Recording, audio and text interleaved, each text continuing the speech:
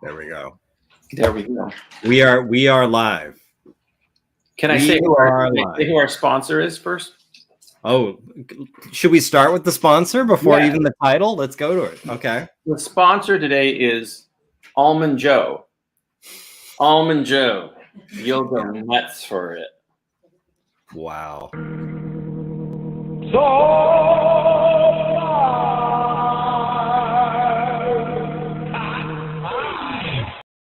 The dollar store version of Almond Joy. Leanne said that was mine. It was hers. Yeah, I think there's a leftover dark chocolate Kit Kat in the fridge with my name on it. Actually, there we go. Here for you. So we bought a lot of candy yesterday for Halloween. Yesterday was Halloween. In case you're watching this in 2016, no 2060. I'm sorry. 300 pieces of candy. We gave them all away except for the 400 pieces that are in my freezer right now.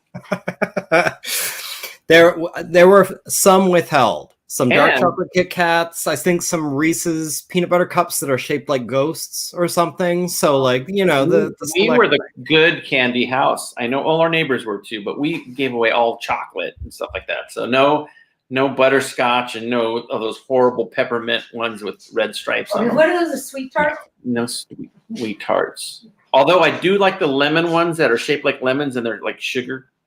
Lemon sugar. They're not lemon. Oh yeah, I know what you. Grandmother used to have those in her dish, and they'd all stick together. You know what? We missed an opportunity. We could have done top 5 Halloween candy, top 5 trick or treats, like your favorite 5 trick or treat items. But trick or treat was Halloween was on a Monday, right? Was it? Yeah, it wouldn't have. We would have had to. I don't know. We would have had to. We could have done the show Monday. Well, next year. Next year. If there will be a next year, B top 5 next year. So yes. Anyways. Yeah. Well, top 5, assuming there's a next year, certainly there'll be a top 5. Top 5 Armageddons. All right, let's right. All right. So who thought of this topic, Mr. Gary? I thought, well, it's a little complicated. I was gonna say TV shows. And then with the chat last time, there was some discussion and debate over whether we should do all of TV or separate out pay TV versus free TV. And we settled on, yes, we need to split those out and we're going to do free TV this time. So I'm glad you brought that. Let's talk about because I felt like some people were a little confused about what's a contender, what's an option for our list tonight. This is network/broadcast/free TV. This was back once upon a time when TV was watched with televisions that had antennas, like rabbit ears, and you didn't pay for it. You bought the TV and that was it. Can you imagine? Can you imagine this time? Mm-hmm. And there was 8 channels, PBS, ABC, NBC, CBS. You had some UHF channels, and that was it. You were done. Right? And then later on came Fox. Later. Mm-hmm. And what else was free? And then now there's a bunch of free channels and the in-between channels, which I'm pretty sure are from another dimension. Another dimension. And are those like just local? Like I wouldn't be able to so the CW is probably one, right? Now that's a network. They're like Fox kind of. CW was bigger, but I'll tell you this is not a lie. I have and still do have a television show that appears on one of those interdimensional in-between channels. I can never find it. I have an animated show called Master Freak Theater, which is like an anthology show of a collection of my cartoons. Yeah, and it plays right now. I want to say that. It was on like a couple of these weird, it would bounce around, but now it's on one called like OLA or something like that. It's primarily like an African-American channel, and it's primarily an African-American products channel. So in between the infomercials, they play like one of them is called Judge Eric. And it's Eric B from Eric B and Rakim. It was the DJ, and he's It's like the People's Court. It's like Eric's Court, you know. And, Oh, I'm sorry. Go ahead. And yeah, so that I do exist on TV right now in between Wow. those channels. So I'm proud Well, of I it. do not. And in fact, I couldn't even tell you the last time I watched over-the-air TV. Like, I don't even have an antenna hooked up to my television. Like, now I'm fully on the other end where it's all streaming and pay stuff. So, like, I don't know. I don't know what's on, like, normal air. So all of my top 5 network, over-the-air, broadcast, free, whatever you want to call it, TV picks, like, I don't think any of them are older than early 2000s. So, By the way, I don't know remember about- arguing with my nephew years ago when Netflix used to send DVDs in the mail. Yeah. And I used to say, you know what, this is kind of getting old. What would be kind of cool is if they had a system where you could just go back on your computer and pick a movie and it would play like on your TV or on your, and I remember him thinking like, no, people wouldn't, that's dumb, You he- had the idea for Netflix, basically. He's right. Yeah. You're owed some money. But All right. So and some of our other little rules that we had, we said it couldn't be a reality show.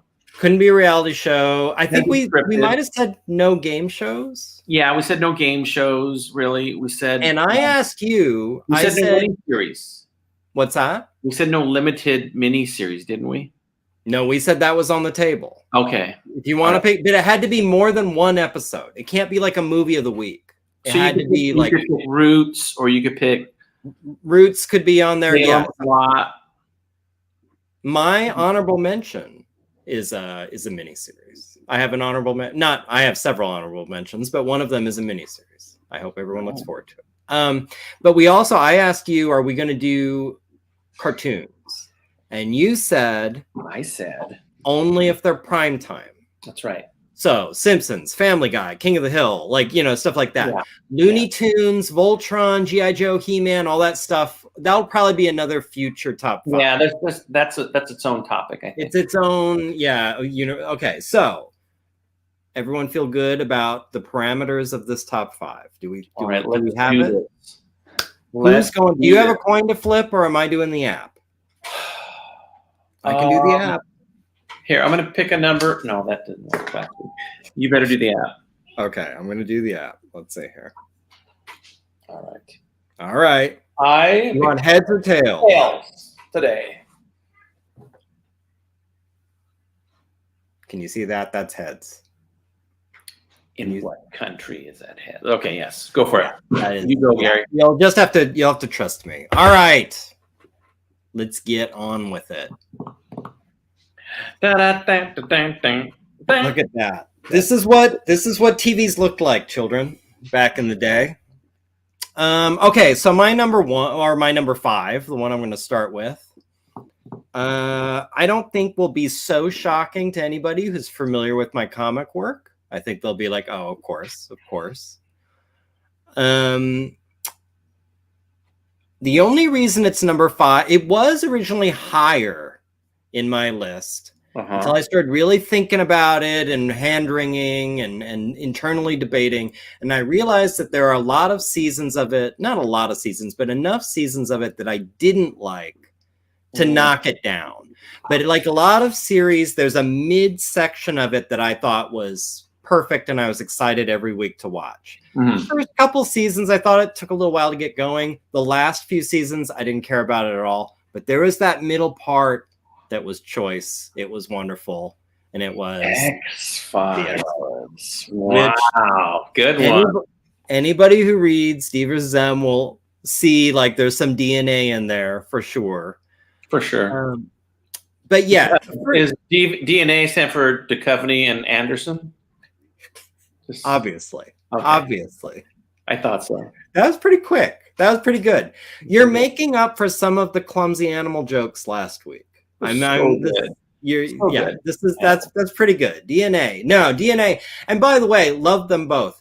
And they got better and better as the show went on. The first season, you could tell they weren't really sure what they were doing yet.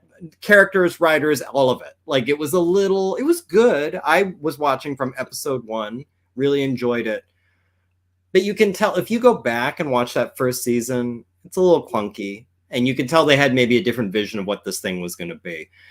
as it went on, as they got more comfortable writing these characters, as they started fleshing out the weird lore of X-Files, which, you know, the whole like aliens are working with the government and there's going to be some replacement of extraterrestrials are going to come and take over the planet and only some people are going to, I mean, there's this whole crazy massive mythology they're doing.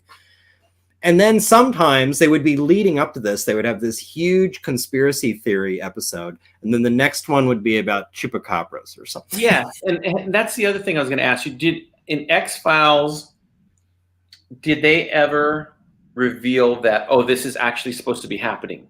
Or was it always hinted like, I think there's a conspiracy? Or did they show aliens behind the scenes and stuff like that? They finally, yes, as it got farther and farther on, and especially, but it was always a little,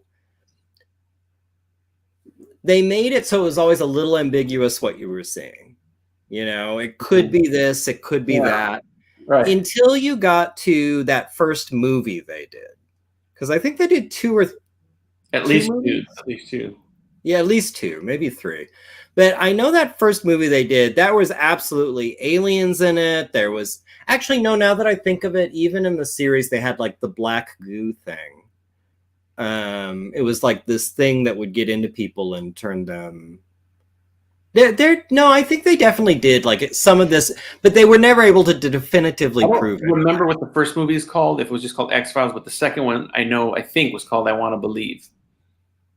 Either that or Fight the Future or something. We would need to turn to a Squatch. Yeah, Squatch would confirm this. This looks like a job for a Squatch. The two movies. I kind of thought the first movie was good.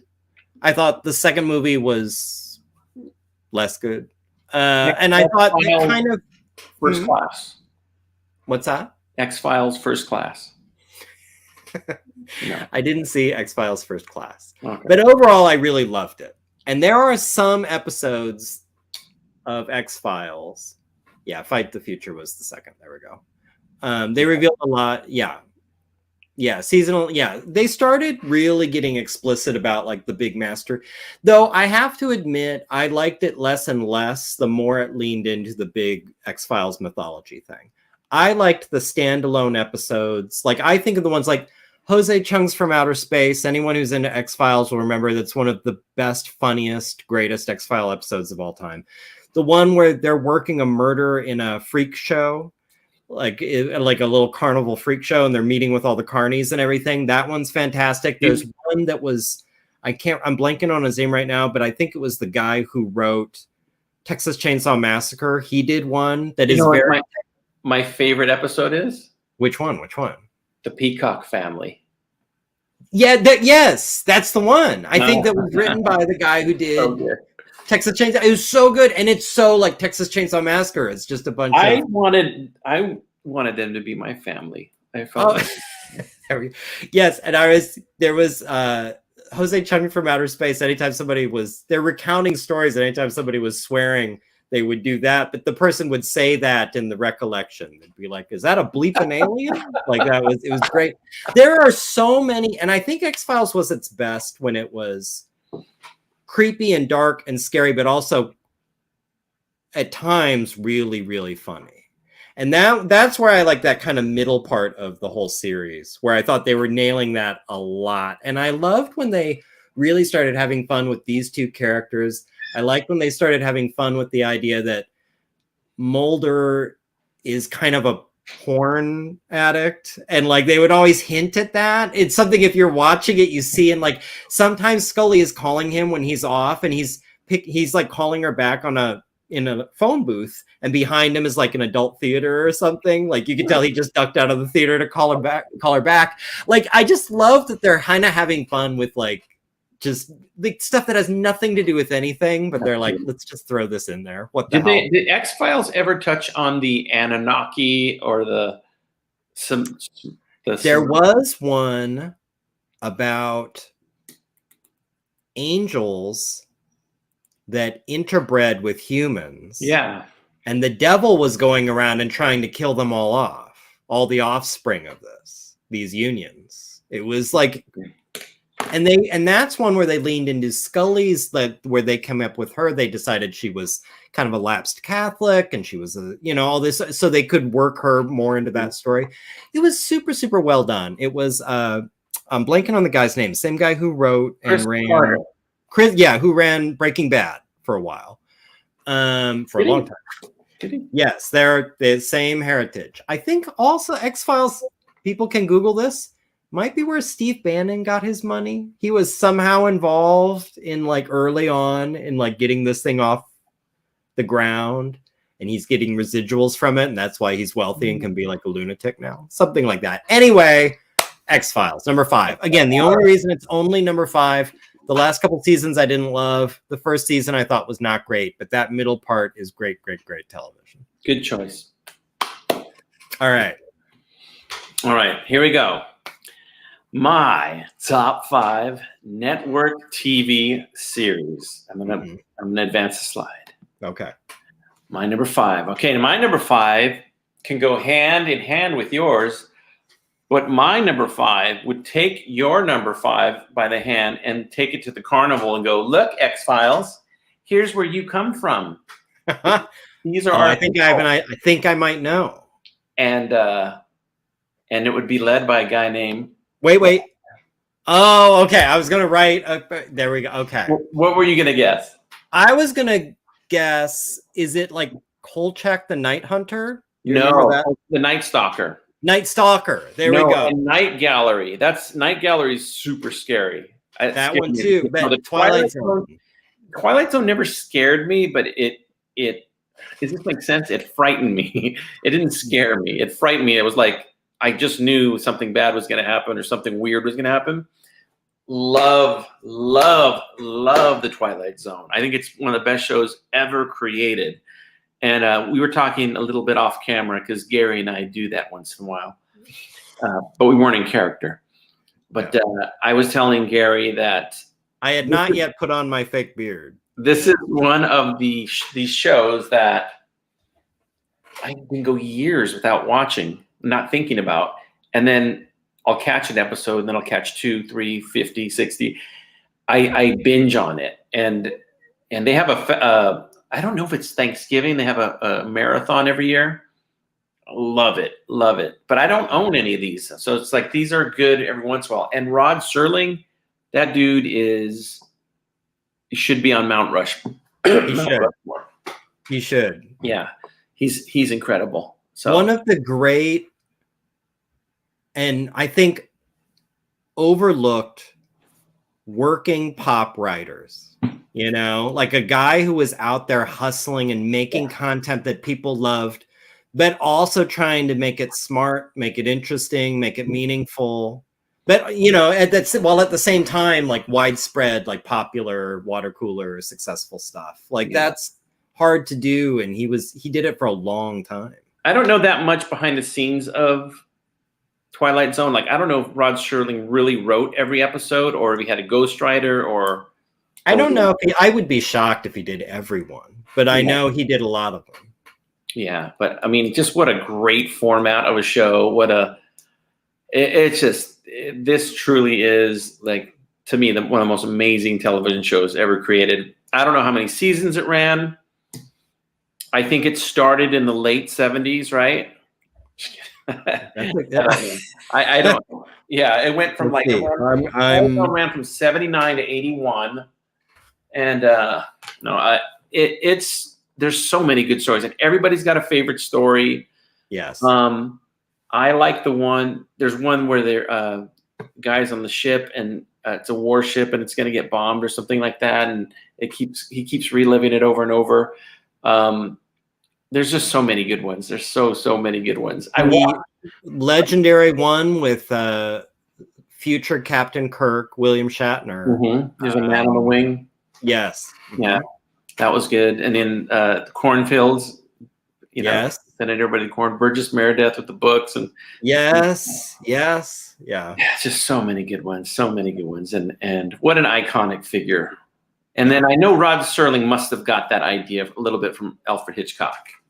When you think about it, which is actually another great television show. Yes, Alfred Hitchcock Presents. I didn't even think about that. I should have put that. I thought about it, but I couldn't say I've seen enough episodes to even put it anywhere on my list. I went through an Alfred Hitchcock period where I watched a lot of his films, and then I watched a lot of the television show, and it's amazing. Twilight Zone, like I said, if I watched Twilight Zone more regularly, it might even be my number one. That's how much I love it. But I don't know if it took a dip in quality, if it ever did, because I can't tell one of the last episodes from one of the first. It's hard to tell. Yeah. But I actually couldn't say that either, because even though I watched a fair amount of it, I don't think I'm familiar enough. And I couldn't tell you what's from what season, just like what you said. I would like to, as an adult, check out Night Gallery, because as a kid, I didn't want to watch it because it was too scary. Yeah. Where I didn't feel that way about the Twilight Zone.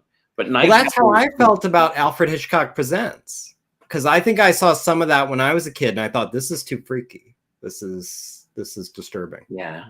So good choice. Very, very good choice. We're off. And now let me just say this. The rest of my choices are not going to be anywhere nearly as scary unless you don't like to laugh. All right. Okay. I think I have one more scary choice. Okay. A little bit later in my list. So, but not my number 4. Now, if you didn't grow up with this show like I did, it might seem like a weird random pick, but this show was such a big deal. It was everywhere all the time. It was in reruns forever. This is actually the longest stretch in the past 10 years or so where I haven't sat and watched an episode of it in forever, because it just doesn't seem to be streaming on any service that I have. My parents loved it, my dad especially, which is why I was probably watching it as a little kid. I kind of grew up with it. This show went on for a long time. It was one of the first shows that had really, it was like, oh my God, this is like another year. The finale of it, I think, had it was the most watched thing on television to date at that time. Do you want to write down your prediction? What you think? It was the finale was such a big deal. You don't understand. You kind of had to be there. And maybe this is a show where you kind of had to be there. I don't know. But I would argue that it really holds up. Yes, it kind of has a very rat-tat-tat writing kind of style to it that maybe is it's aged a little bit. It has a laugh track, which is brutal. And it's a very fake sounding laugh track. It's an unusually fake sounding laugh track where it doesn't even sound like human voices. I don't even know what it's supposed to sound like. And it kind of, I think it's probably went on way too long, but the quality was always there. And I thought while it was funny, and definitely it's kind of like an old school kind of humor. It's a little zany. It was very witty, very sharp. Almost every other line was a joke or a gag or a crack. But what I think pushes it into my top 5 is it also had a lot of heart, a ton of heart. And that would be MASH. Oh, so close. What did you guess? Punky Brewster. So close. So close. Leanne and I hiked to the set of MASH about. Yeah, because isn't it still? Well, yeah, it might have burned down because there was a huge fire there because we set the fire, but which I probably shouldn't admit on television. No. Fortunately, 4 people are watching. It's fine. Yeah. No, I love MASH, and I think, like I said, not only is it funny and silly and very it can be very goofy and super broad at times, it also can get very dark and very sad and very soulful, and it will talk a lot about war and humanity and it can get really heavy. Colonel Trapper was his name, right? He on his last episode, McLean Stevenson left. And spoiler alert, on that episode, they had him die. Henry Blake. Yeah, Henry. And that was a good example of MASH where, this is set in the Korean War for anyone who is, 10 or more years younger than me and has no idea what the deal is with MASH. It was set during the Korean War. I think one of the ironies is I think the series went longer than the actual Korean War went.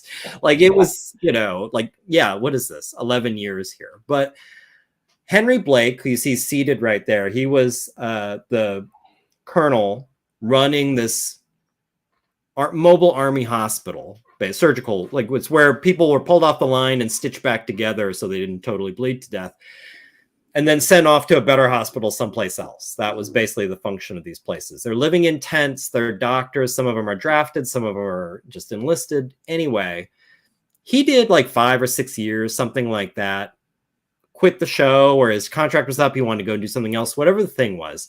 It was very sentimental. They had a very sentimental kind of tear-jerky last episode of him leaving. It was very sweet. And then later in the episode, like they're all in the OR and someone comes in and says his plane was shot down over the Sea of Japan and everyone on it was killed.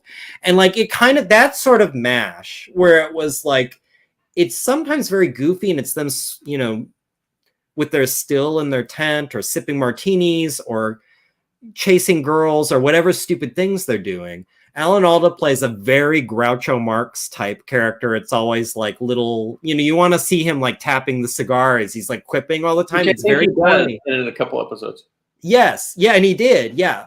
But then every once in a while it would remind you like, oh, they're actually in a war zone and how it's slowly driving them all crazy. And when you get to the finale, like the final episode of the whole series, it's very dark and very sad. And you're seeing the toll that like this being over there took on them this whole time. It's just a really great, smart show. Like I said, a little corny, maybe doesn't hold up in all the ways, but I think it's one of the greats. 3 things I got to tell you about MASH. Number one, as a kid, I thought it was the Vietnam War. Yeah. I think everyone did. Little kids. Sure. Number 2, it spun off Trapper John, MD. That's what I was thinking. Yes. Trapper John, which would be the character, the second character there. The second. From the left. The second guy on the left. Yeah. Yeah. Which also had a super dark turn on that show, if you remember. Do you know what I'm talking about? Yeah, I do. Yeah. The side character has like a stroke or something and is like paralyzed. I mean, not even in real life. I mean, they just did that to the character. Yeah. Yeah. Incredible. Okay. And then 3, I used to get frustrated with MASH the same way I got frustrated with Gilligan's Island. Yes. Because I was like, oh, they're almost going home. Oh, they're almost going home. Oh, they're not going home. But then once in a while, a character would go home, sometimes in a body bag. But sometimes in a body bag. And you know what? Or sometimes in a straitjacket, like Frank Burns. Remember Frank Burns? Like I don't remember his exit. Did he go away crazy? Yes, he had a breakdown and they carted him off. He had a full nervous breakdown. Oh. Like, but then like what was also, I think something props to this show, which is something that's very hard to do. Characters were like actors were leaving and they had to replace them. And the replacements, they would never recast. It was always a new person. Mm-hmm. And the idea is like, well, this person, they did their time. They're going home. This person's being shipped over. The new characters were just as good, if not better, than the old ones. So Frank Burns, who was one of the original characters, who's also played by Robert Duvall in the movie, the Robert Altman movie. Mm-hmm. He had a breakdown and was sent home, and they replaced him with Charles Winchester. Like Charles Winchester III, who was like the snooty, he was like this guy from Boston. He was this amazing surgeon in Boston that somehow like he got screwed over and got shipped to Korea or something like that. Totally different character, just as good, if not better. Eventually Radar goes home, the little guy there, and then Klinger comes in to basically take the spot. Klinger, who's like already on the show? Well, he had been, but they basically elevated him to Radar's role. And they gave him more woman the entire show too. Yes, which does not age well, but his thing was like he was trying to get a Section 8 to get kicked out. Section 8 is like you're crazy. So he was dressing in drag all the time to try and get kicked out, and no one was buying it, so they just let him do it. So you always see this guy like walking around in like heels and a dress and the like, and it's just a great, great, great show. And by the way, made me love Alan Alda forever. Like I still smile when I see, even when he's playing like a son of a bitch in a movie, which he sometimes does. He'll play like a bad guy. I just remember Hawkeye from MASH, and I love him. Mm-hmm. So yeah, all parents love MASH. yeah, don't they? They all do. My dad love MASH. Yeah. T-shirt. Yeah, Yeah, they do. Yeah. So anyway, my number 4. We're on. Okay, my number 4. Okay, I have to preface this. My number 4. By the way, I'm sorry. Scott has his top 5 in there. I'm going to save it for when we get to number 1. Okay. But I'm loving his number. And you will be very Scott. If you don't know Scott, you will be very afraid of him after he reads it. Yeah, you'll have concerns. All right, my number 4 was my last minute addition. It bumped out. I'm going to say it bumped out Good Times.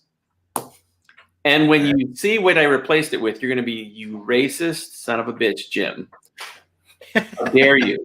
Because I replaced it with the whitest show ever created. But probably, in my opinion, the most watchable, rewatchable show. It could have been my number 1 in a weird, sick, another dimension.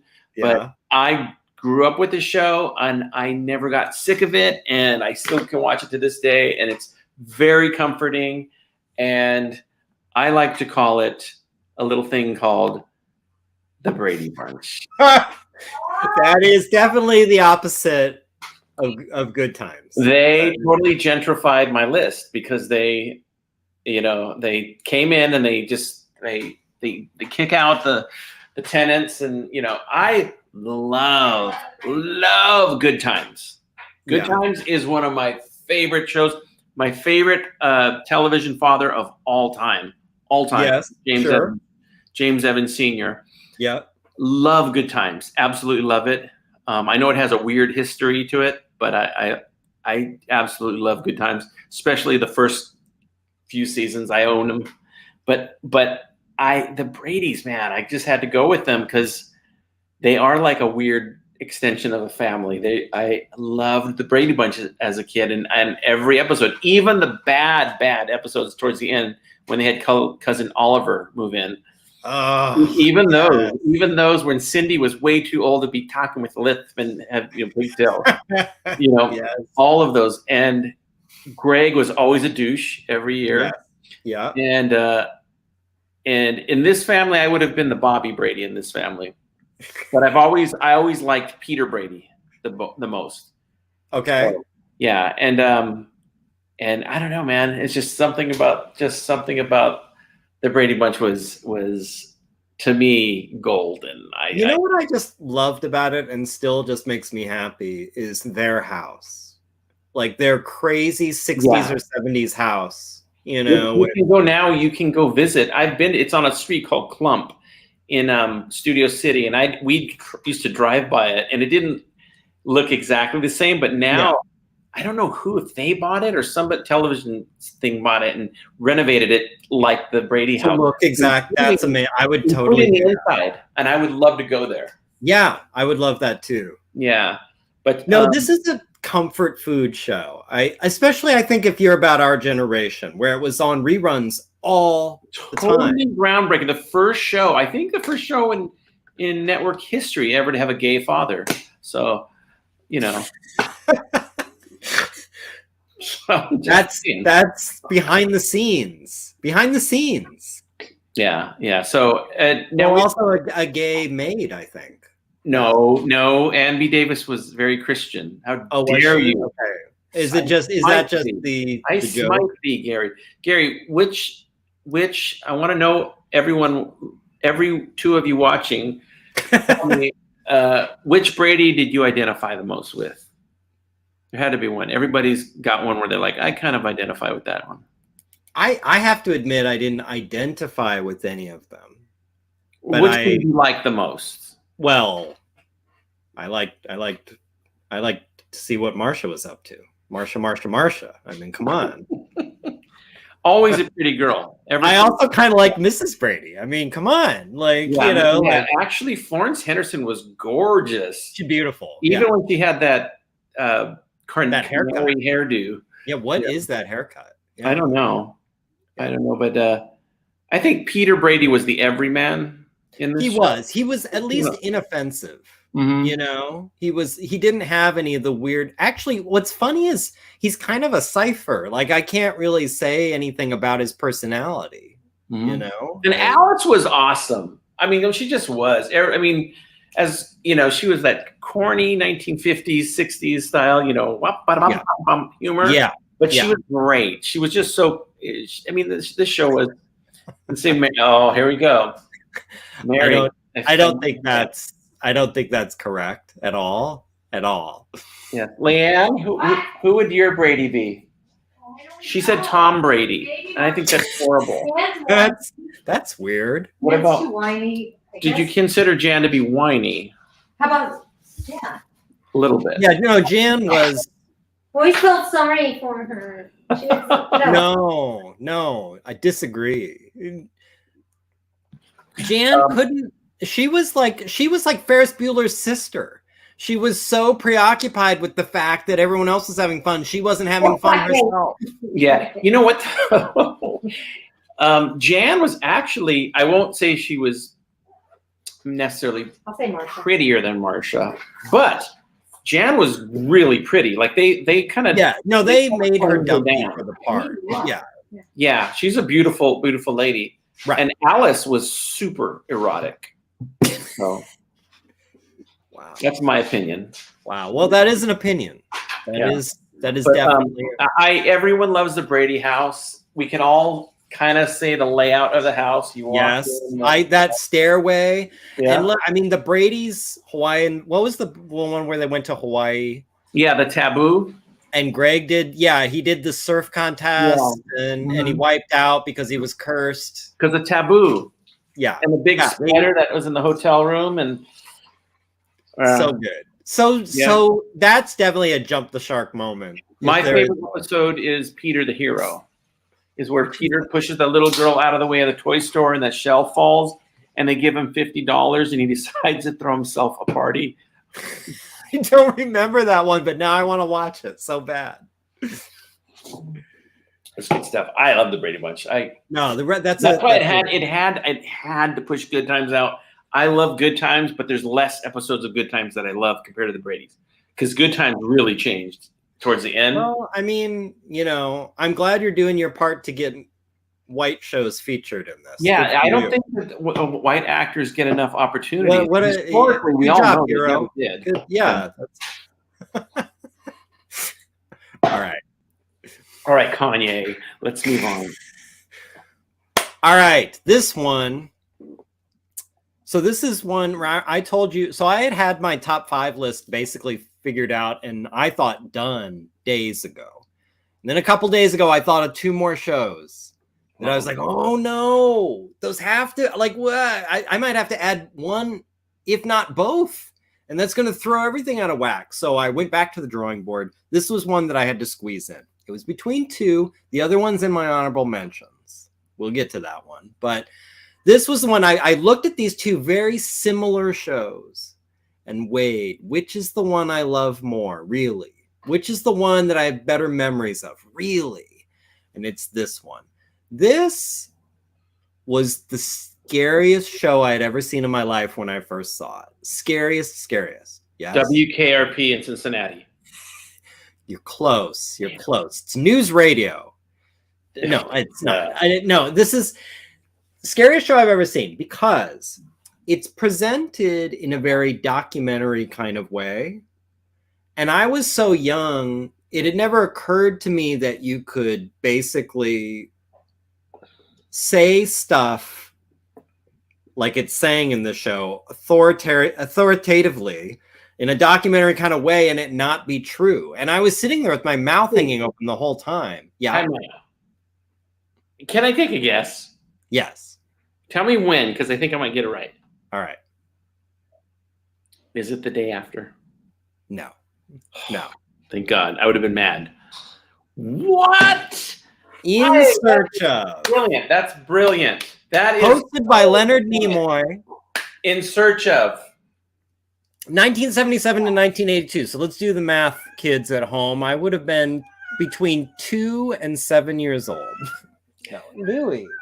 So Louis is outraged. He can't believe it. Okay, so Well, there's cats on the screen. That's why. there's cats. So I saw this probably when I was 6. It showed late at night, I remember, on one of the UHF channels.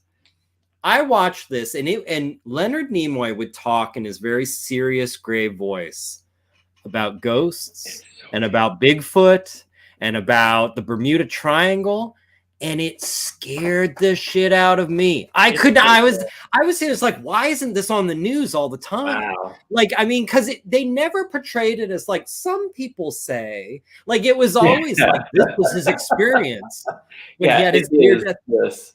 Terrifying.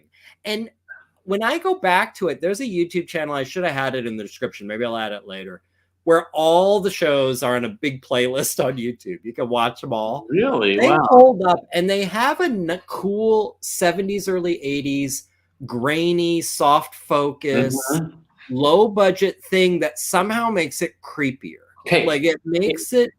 In Search of also, I don't know about in Arizona, but in California was also on at like 5:30 a.m. on Saturday mornings. And I know because the times when I would wake up before anybody else, not to get up and watch it, but just because like I'm awake. Yeah. and I would turn the TV on and it would be dark and it'd be scary, and In Search of would be on really early in the morning. I remember my mom and grandma took my brother and I for a trip to Disneyland when I was probably like, well, I was probably like 8 or 9. So like right in the middle of this. And they got their own room and the boys got their own hotel room. And it was a thing where my mom came in at like 9 o'clock and said like, all right, lights out, right? It's like, yeah. And she closes the door and immediately lights on. It's like, let's watch TV. Like, we've got hotel TV. In Search of was on wherever I was in Orange County at like maybe 10 at night or something like that. And I remember it was that episode was people describing their visions of the afterlife when they had near-death experiences.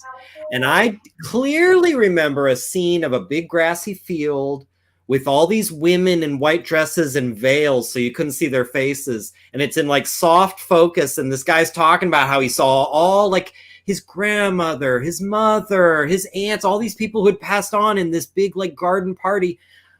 I could not sleep that night. I was so scared to death. Because again, I'm a little kid and they're talking about this like this is what happened. And you're like, I can't believe like we're not talking about this all the time. We're not talking about the Easter Island heads all the time. We're not talking about how the aliens built pyramids all the time. It looked like news footage. It didn't look like it looked like you were watching a news program. Yeah.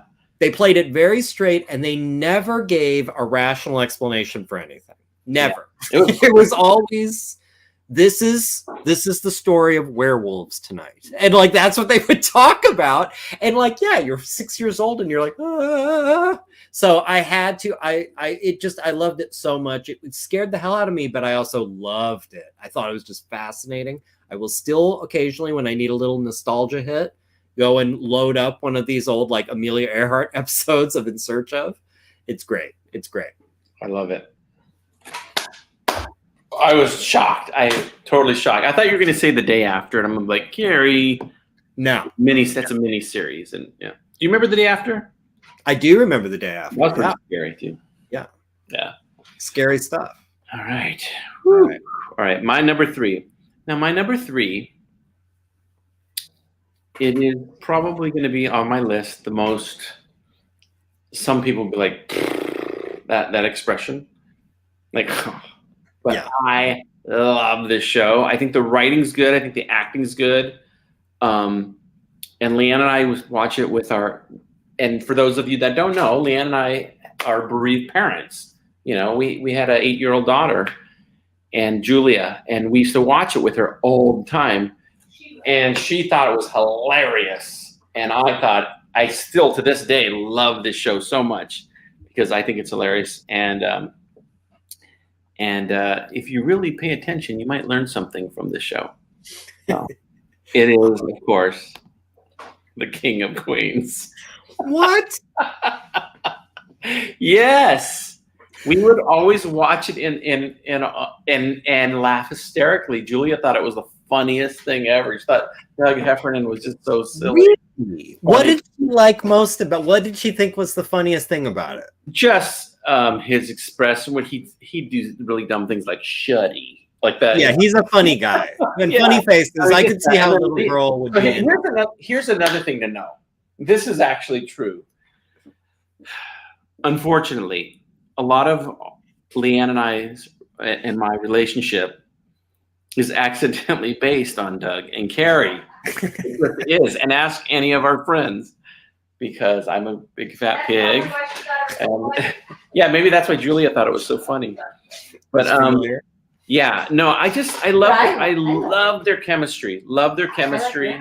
I think they're great comedic actors. People forget Patton Oswalt was on that show. I went and saw Patton Oswalt at Largo before I knew who he was, and it was it's the guy from King of Queens, and that made me an instant Patton Oswalt fan. And this is a long time ago. Wow. And I think King of Queens. I won't even say it has the what's the Charlie Sheen show? 2.5 Men. It doesn't have the 2.5 Men stigma as much, but it has a stigma of being like kind of dumb, like, oh, it's a dumb TV show, you know.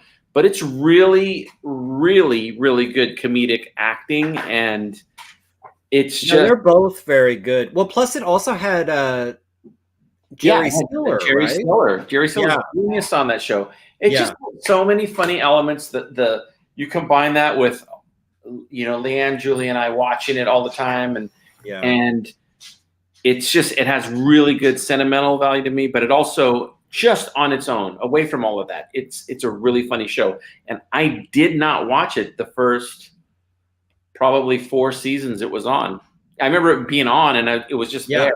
And then we just started accidentally catching it, and I probably caught on from like the 5th season on, And how many seasons did it go? I think it was like 8 seasons, I want to say, something like that. But it is a funny show. I don't think it's on. I wouldn't put it in the category of 2.5 Men at all. But I don't like 2.5 Men, so I feel like it's more like that Everybody Loves Raymond kind of tier. Yeah, well, it's actually a crossover show which I was never as big a fan of Everybody Loves Raymond. Yeah, I mean, that had moments and stuff, but my mom loved that show.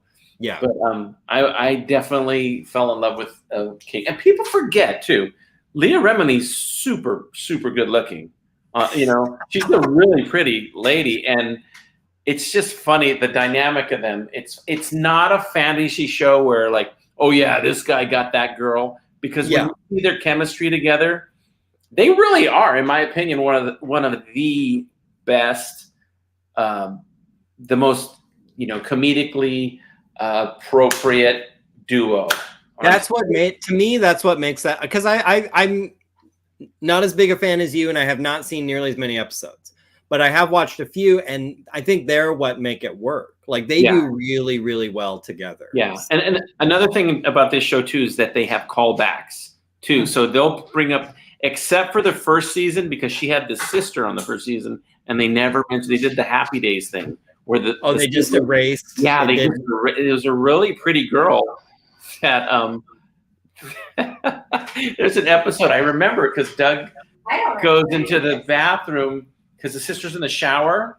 Yeah, and he has to just grab something because he's got to go to work, and she's just come and get it real quick. And he goes in, and in the mirror he sees her naked silhouette, and it like ruins his day, and it's like that's the episode, you know, it ruins. And but they wrote her off. They wrote her out of the show. I don't know whatever happened, but like never referenced it again. Yeah.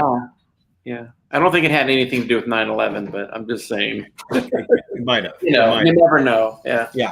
So. You know what I also liked about it, maybe more than something like Everybody Loves Raymond, is I bought that these two like each other. Yeah. Where in Everybody Loves Raymond, I never bought that the wife liked Raymond at all. You know, like it just, she always seemed like her life was being ruined by this idiot in her house. And like, I hate that in a show. I hate it when the woman is like the long suffering female because she's got this caveman in the house with her. Like, and that's what Everybody Loved Raymond.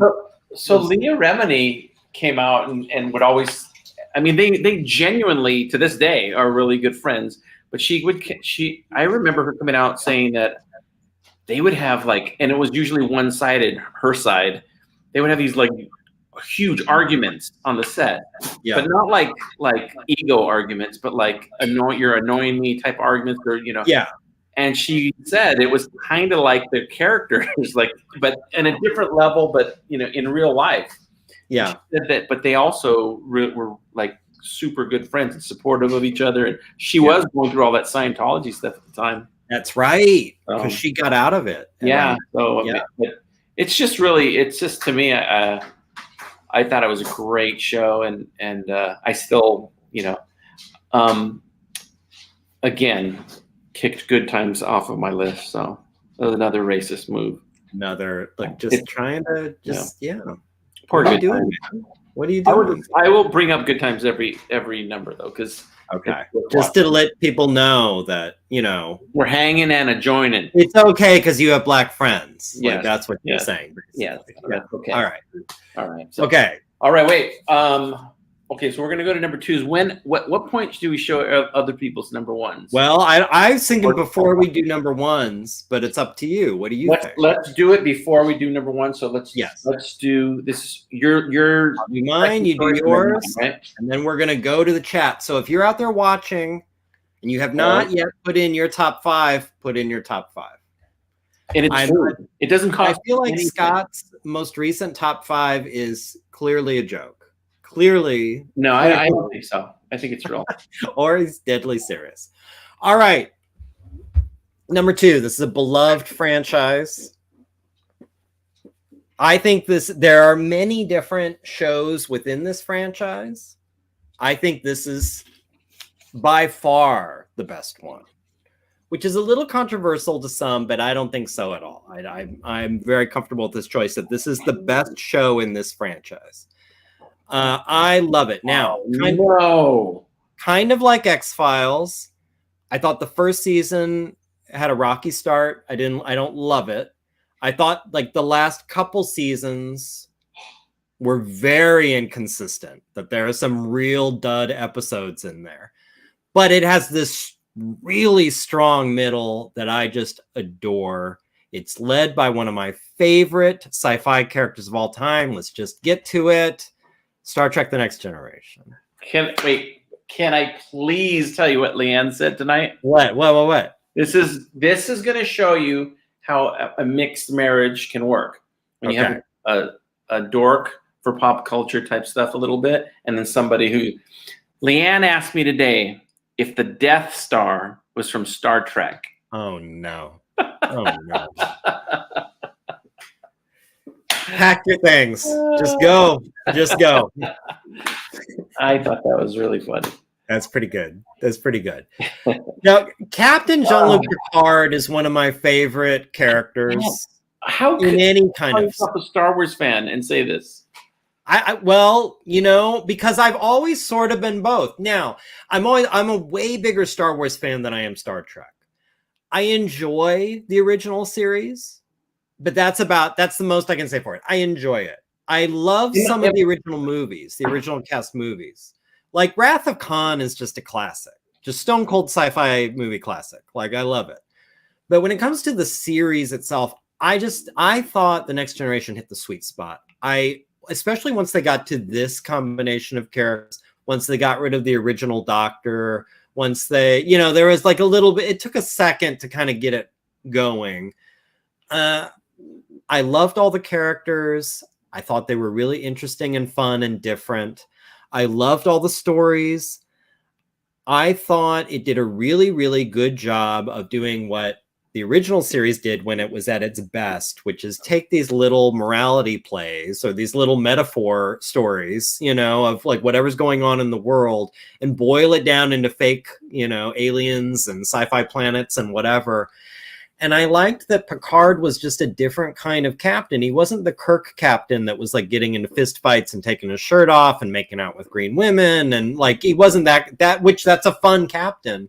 I liked that he was sort of like a philosopher king. Like he was this wise, thoughtful, literate book reading, music loving, art appreciating guy that was the captain of the starship. I thought it was just such an interesting way to go. I really couldn't gush. There again, episodes of this series I could watch 1,000 times, and I've probably seen dozens that I just love. And I was nuts about it back when it was originally airing. That was one of those shows I was just excited to watch every week. My dad loved Star Trek, by the way. The original Star Trek. I remember as a kid, I don't know why I never got into it. Maybe because I have an extremely low IQ. I'm sure that's not it. I never got in, and maybe I'm looking at this as people looked at King of Queens and just judging it on the surface, but I never could get into like the Next Generation and all those Star Trek because it always looked like, to me, it looks like people dressed up. Yeah. Star Trek characters. That's kind of how I react to the original series. Really? See, the original one's campy enough where it's got a style to it that's really cool. Because I love the look. It's fun. It's like looking at an old episode of Doctor Who. Okay, Star Trek: The Next Generation to me looks like if you're doing sci-fi with realtors. You know what just stands out more and more when I go back to rewatch it? What? That set. I mean, could that look more late 80s to you? Like with the tans and like the graceful curves? Like you almost want to see like a stylized mountainscape mural on the wall somewhere. Like it really doesn't look right. But I mean, I could give you a recommended episode list. It's all on Netflix. You could give it a shot. I just think it's sort of... How would that make the world better? You know, it's funny. I read someone say, well, I wish I could give credit to whoever this was. You know those memes you see all the time of like the future the liberals want? Like someone attached this and it's like, exactly. Where I think the future, you know, the other side might want is like Starship Troopers or something. I don't know what it is. Yeah, but like this is... people love it, man. People love the writing and they're always like the Dothraki. But I guess that's how they feel about Star Wars too when we talk about, you know, and the Jawas were there. My dad did not get Star Wars. He did not like Star Wars. He was a big Star Wars, the original Star Trek fan. And by the way, I think it's hilarious because I grew up at my school, everyone called it Star Trek. Star Trek. Why do people say that? What is Star Trek? Trek? Because they don't know what Trek means because we were a very poorly run school. And the track, they have a track. Yeah, so it was like they're on a Star Trek. It's a Star Trek. Star Trek. So I feel like a full 30% of people you talk to say Star Trek. Yeah. Yeah. But I don't know. I know there is substance there. I know there is. I'm not doubting it. You'll have to trust me. I get it, but I don't know. I understand. I'm sure that I'll just leave it at that. Yeah. I'm going to get you a recommended viewing. I'm going to get you a list of 3 or 4 episodes just to like give you a sense of The Next Generation at its best. I think maybe... I think it's the visuals. I really do. It's probably it's not the writing or the characters. It's the visuals. It's the lighting. It's the visuals. It just looks like a Scientology film. It definitely looks like. I mean, no, I can see that as a fan. Like looking at this picture, it looks very studio lighting. You know what I mean? Mm-hmm. With like studio costumes. There's something about it. And they never shoot anything like this now. Like it always looks a little more darker, a little more moody, a little more like artistically shot or whatever. Again, and I will say this about The Next Generation. There's not a lot of finesse in any of the shooting. Again, the original Star Trek, at least that looked like a comic book. The lighting and the cheesiness of it, and it looked, in my opinion, it looked fantastic. The color. And I loved those 60s sound effects in the original one. Yeah, like anytime anything went off, like like a phaser or they're working on a computer or something. Yeah. Just the sounds they would pick are so B-movie. They're great. Very Lost in Space-ish. Yes. Well, I get it. This is, you know what? There's a lot of people out there that really enjoy Scottie Pippen more than Michael Jordan. I get it. You know, there's a lot of people that like, you know, Sprite more than Coke, you know. Look, there wasn't a broadcast Star Wars series to pick from. So, you know, this was it. I get it. It's a great show. It helped you through a rough time. I get it. And you know what? I mean, it was through high school, which is a rough time, I think, for most people. And like, I really enjoyed like coming home at night after working my shift at Subway, and you know, watching an episode of Star Trek: The Next Generation. You're the captain of the sandwiches. Yeah, see what's going on with the Borg. See what's going on with Picard. Wow, the Next Generation. Good job. Good pick. All right. Okay. And by the way, Scott Serkman also said Star Trek. A lot of kids did. A lot of adults do. A lot of adults still do. Yeah. Yeah. All right. My number 2. Scott Serkman will agree with me on this one.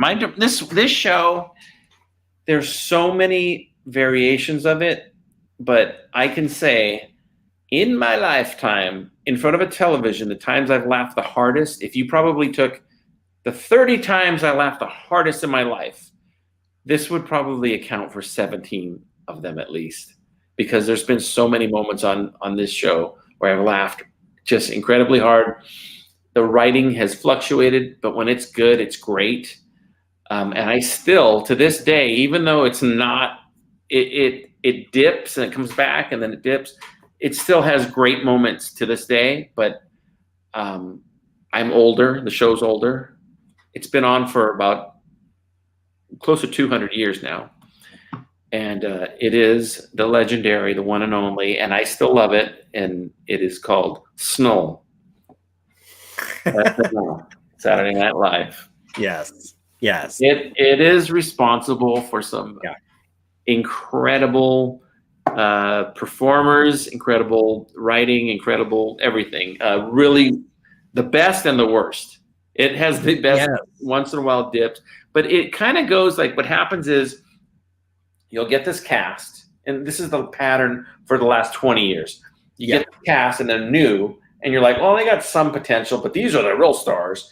And then the real stars go away, and then they take over. You're like, well, I'm left with these guys, but this guy's kind of coming forward. And then this guy blows up, and he becomes the big star, and it just goes on and on. Right. You always think like, oh, the cast doesn't look as good this season, but then you get used to them, and they're great. I mean, so I think Saturday Night Live is an American foundation and an American tradition, and it's Hall of Fame TV for me. I mean, first of all, one of the all-time greatest skits right there in your picture. Like, Will Ferrell is one of the great discoveries of Saturday Night Live, you know, for sure. Yeah. We should do top 5 Saturday Night Live performers one day. Oh. And Will Ferrell will be on my list. Will Ferrell would absolutely be on my list as well. No, I mean, we were talking before we went live about how I had SNL as an honorable mention, and the only reason I trimmed it was because I didn't want too many honorable mentions. I wanted to try, and I was like, I'll just move this one out. But I do also have a deep affection, mostly a historical affection for SNL. I have to admit, I've not watched a full episode in forever. Like, I can't even tell you the last time I sat and watched a Saturday Night Live beginning to end. I don't know. But there is, of course, a period of my life, and I think most people's lives, if you've been around in the past 40 or 50 years, where you were watching it regularly. And it was a big deal for whatever your favorite crew was, whether it was. And I remember the original batch. I remember Chevy Chase and John Belushi and Dan Aykroyd and Gilda Radner and Bill Murray. Like these big heavy hitters. And then I remember like that sort of mid period with like Mike Myers and Dana Carvey and Adam Sandler was on there. Chris Kattan, who I always thought was super underrated. I thought he was hilarious. I agree. Yeah. Super, super funny. So many. Will Ferrell is definitely, I think, of all the recent talent. Tina Fey, Kristen Wiig to me is Kristen Wiig, yes. But then they got so lucky to hit Kristen Wiig, and they went straight from her to I know who you're thinking of, the blonde. What's her name? What is her name? Pretty girl. Leanne, what's her name? Anyways, her. She's awesome. Yes. I'm blanking too. It was a handoff from Kristen Wiig to Kirsten. It's on the tip of my tongue. Anyways, the one thing I do still like to watch, and like even though I'm kind of checked out of SNL, like I will go sometimes and seek it out on YouTube, is the Weekend Update. Yeah, I like. There's something about that, and that's always, I think, the one constant in my love for SNL has been for Weekend Update. Yeah, it's always been pretty good. Always good. And by the way, you can watch SNL the next morning on YouTube. Yeah, it's all there. It's just, they immediately part it out into like chunks. Yeah. Also, SNL, absolutely one of the best places to catch music acts, because they don't have. I know now they do a little bit more production, a little bit more sometimes, but still, you're still watching a group in a small studio perform. Best for live audience performances, in my opinion. I won't say it's the top 5, but these are the ones that come to mind. The B-52s, when they did Dances Mess Around, life-changing. Also, I remember the Power Station were on there, and I was a big Power Station fan at the time. They were great. The other one that sticks in my mind, Kanye West, but actually did this really artsy performance a few years back, and he was on a weird white set. It was just really odd. That was really cool. Kendrick Lamar, speaking of, he just did a performance a few weeks ago that was really cool. They've had some excellent bands on there. I mean, even stripped down stuff like Paul Simon has been on there, and it's just, for music, it's just so good. So there is a period of about a year, it seems like, where every Friday, our mutual friend Chris Ward would share a clip of Daniel Craig, James Bond Daniel Craig, saying like, "Ladies and gentlemen, The Weeknd," like introducing the band The Weeknd. He did this every Friday night for like a year on his social media. It was just this commitment to the bit for what felt like forever. Like every Friday I got to share. And I always wondered, like, is he out somewhere and like, oh shit, what time is it? And he's like pulling out a phone so he can share this stupid gift from the Daniel Craig saying, "Ladies and gentlemen, The Weeknd." From the Steak and Shake.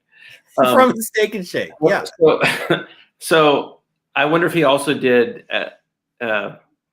This Is 2020. Perhaps. And then the pandemic hit. So anyways, no, it's a great Saturday Night Live is a staple. The cool kids would watch it. The ones that were supposed to be out on Saturday Night Live would still end up watching it, and the nerdy kids like me who didn't have dates or anything stayed home. I grew up on it. As I was telling you before we aired, it started in 1975, the year I was born, and my mom had told me that she was a night owl. And she was obsessed with Saturday Night Live from the very beginning. And she said, I would sit there with you in your diaper and we would watch it like the first few years of your life. And it's like, it got in there, even though I was a little, like, I remember the Wild and Crazy Guys. I remember Steve Martin's King Tut thing. I remember like all that stuff. And I think it's because I was just parked in front of Saturday Night Live once. Also, Saturday Night Live totally just demolished the untrue myth or whatever that women cannot be funny or not good comedians. Exploded it, because in my opinion, the best comedians on Saturday Night Live, most of them, in my opinion, are women. They've had almost every great one you can think of. Rudolph, Aidy Bryant, and Wig. I mean, Amy Poehler, Tina Fey. Yes. Yeah, even Julia Louis-Dreyfus, remember, kind of did a tour. Yeah, like yeah. Mm-hmm. Remember Gary Kroger and Julie Louis Dreyfus would play Donnie and Marie, and then they would sing a Yeah, song. and then they would act. They would. The sexual tension would. No, it's totally wrong. Totally wrong. Or someone, even though she's kind of become a little bit of a kook, people forget about Victoria Jackson. Or like there are people that were just super funny, super talented, funny. Yeah. Yeah. So, all right. So good choice. Good. All right. Now let's look at.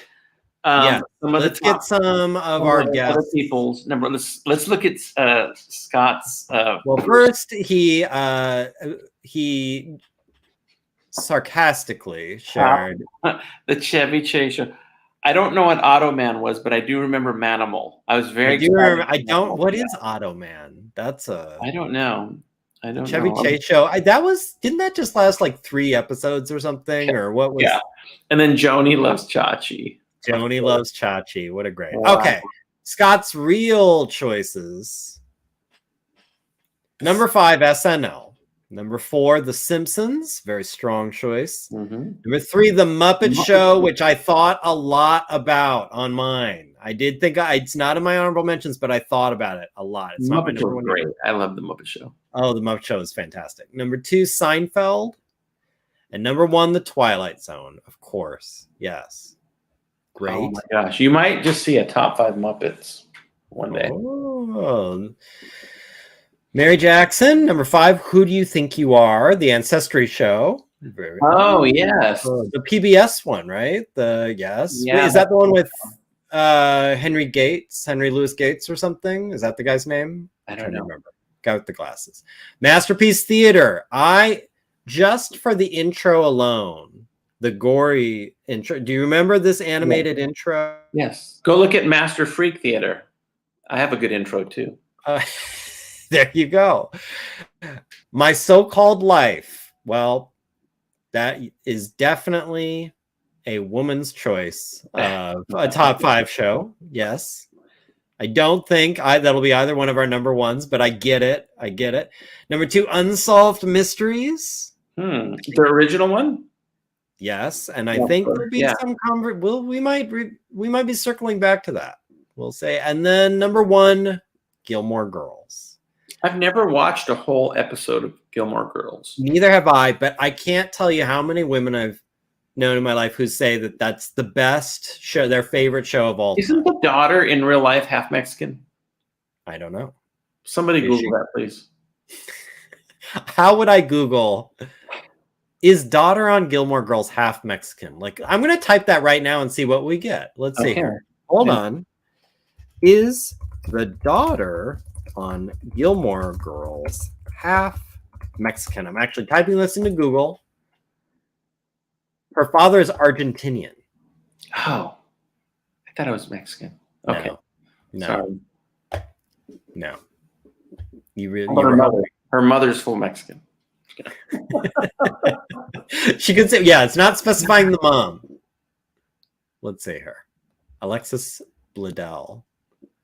Father's Argentinian. No.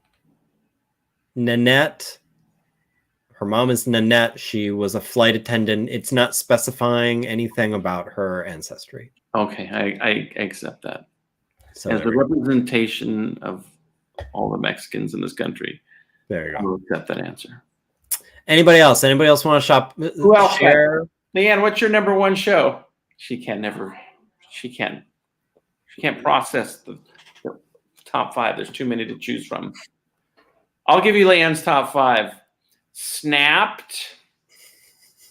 Dateline NBC. Oh, strong. I Kill You Now, Husband. And what else? All of those shows. Sad Murder. Just like Sad Murder. Yeah. Murdering Husbands on the Run. Cheating Husband Gets His Bad. Cheating Husband Gets His Bad even worse. Yeah. Extreme. Yeah. America's Top Cheating Husbands. Yeah, she likes those shows, but Got it. Once in a while they're okay, but Gary, you do that for a living. That's your life. Yeah, I don't need to then. Though we did just sit and watch the entire Dahmer series on Netflix. See, I'm not into that. So it was surprisingly good. I understand it could be, but there's so many things you could make. Why would you make that when it's already been made 5 times? And well, then I celebrate Dahmer so much like that. Why? I understand. I at least on that point of it's already been made, I would say they could be making the series on people that are worthwhile to examine. People, these heroes nobody wants to watch that. Jeffrey Epstein Epstein. Watch that, baby. They don't want to see a Mother Teresa show. They want to see a Jeffrey Dahmer show. Come on, you know how it goes. Come on, Jeffrey Dahmer Epstein. Someone's gonna make that show. Someone's gonna make the Epstein show. They're just waiting for the right amount of time. But they're gonna make a show on that island. Yeah, I mean, you can have 3 Jeffrey Dahmer shows, like 2 Jeffrey Dahmer movies, a TV movie, right? And you can't have one Spicoli spinoff from Fast Times at Ridgemont High. No. What kind of world do we live in? By the way, I might. Okay. All right, Gary, let's have a look-see. Okay, my number one. I'm not going to do a lot of preamble for this one. It was my easy, obvious. I knew my number one immediately, and the rest was just figuring out like what order some other. I had to really look at lists. Immediately knew it. Anyone who knows me knows that I'm just insufferable with the whatever situation I'm in. It's like that reminds me of an episode of My Pretty Pony. You're close. You're very close. It's the Smurfs, actually. No, it's Seen what? Seen? Maybe it's a little show. You probably never heard of it. By the way, in high school, I used to have Jerry Seinfeld hair. So. No, I can picture that. I can picture long hair, just that. Yeah. I love Seinfeld completely. Mm-hmm. I love it almost all the way through. There's a couple, maybe the first couple episodes aren't very good. That finale was no good, but like all the rest, almost every episode, I totally adore. Like I said, I feel like at least 2 to 3 times a week, I find myself in a situation where I'm either thinking to myself or telling someone I'm with, that reminds me of that time Kramer was. That reminds me of that time that George was. That reminds me of that episode of Seinfeld where Elaine, blah, blah, blah. Like this somehow got in there and I cannot shake it loose. It's absolutely, there was no question in my mind. This is my number one show of all time. I just wish they could go back and CGI Julie Louis-Dreyfus's hair. CGI it? Yeah, like make it look how it looks now more, because is this no good? No, it's not a good look for her. But even for our generation, this is what every girl looks like. She's a beautiful woman, but no, not the hair. Wow. So, fascinating. Yeah. No, I'm fine with it. I'm totally fine she's with it. Really great. Speaking of all-time great comedians, she's... Oh, yeah. Between this and Veep, I mean, you can't even touch her. Like, she's hilarious. And by the way, hilarious interviewed. Like, I don't know if you've watched the My Next Guest thing on Netflix where Dave Letterman is great on the beach. His interview with her, is hilarious. And I think, in my opinion, she has like one of the best styles, like personal styles, the way she carries herself and dresses, and I think she's great. She just seems very cool, like she just seems like. By the way, I was watching Seinfeld back when they called it the Seinfeld Chronicles. The Seinfeld Chronicles? Yeah, and I have a TV guide where I circled it when it was the preview issue. Remind me, I think in the first episode, I should know this. It was they were lost in a parking structure trying to find their car. No, I think it was the first episode. Kramer wasn't Kramer. He was like... Cosmo. No, that was later. He had a different name. Kramer. They had to recast Newman too. There was an episode where Newman was threatening to throw himself off the building, and you never saw him. And like Kramer was complaining about it, that Newman was upset about a girl and he keeps telling everybody he's going to kill himself. Another thing that doesn't age very well. And so like Newman was getting up on the roof and saying like, I'm going to do it. I'm going to throw myself off, and Kramer wasn't buying. He's like, well, go ahead. That whole thing. But you can tell it's somebody else's voice. And later they recast as Wayne Knight from Jurassic Park. They cast him as Newman and then they dubbed it. Like they actually got him to do those lines and they dubbed it, even though you don't see in New York City, if you really go to the coffee shop as much as they do, you would go broke in 2 weeks. Yeah, their like his apartment's pretty great for yeah for a New York apartment. I mean, that's not even getting into the whole Friends thing. Aren't they supposed to also be in New York? Yeah, that was totally impossible, their situation. Yeah. But wow. Anyway, there's nothing more that can be said about Seinfeld. I love these 4 characters. I love 95% of the episodes. Like love them. I think they hold up. I will rewatch them anytime I just sort of need a comfort thing to watch. It's great. Okay, I accept that, and I do like Seinfeld. Good job. Now, here we go. Everyone that knows me knows that I love this show. And I will take your Seinfeld, and I will raise it 1 Dunder Mifflin. Oh, I should have guessed this. I should have guessed. My all-time favorite show.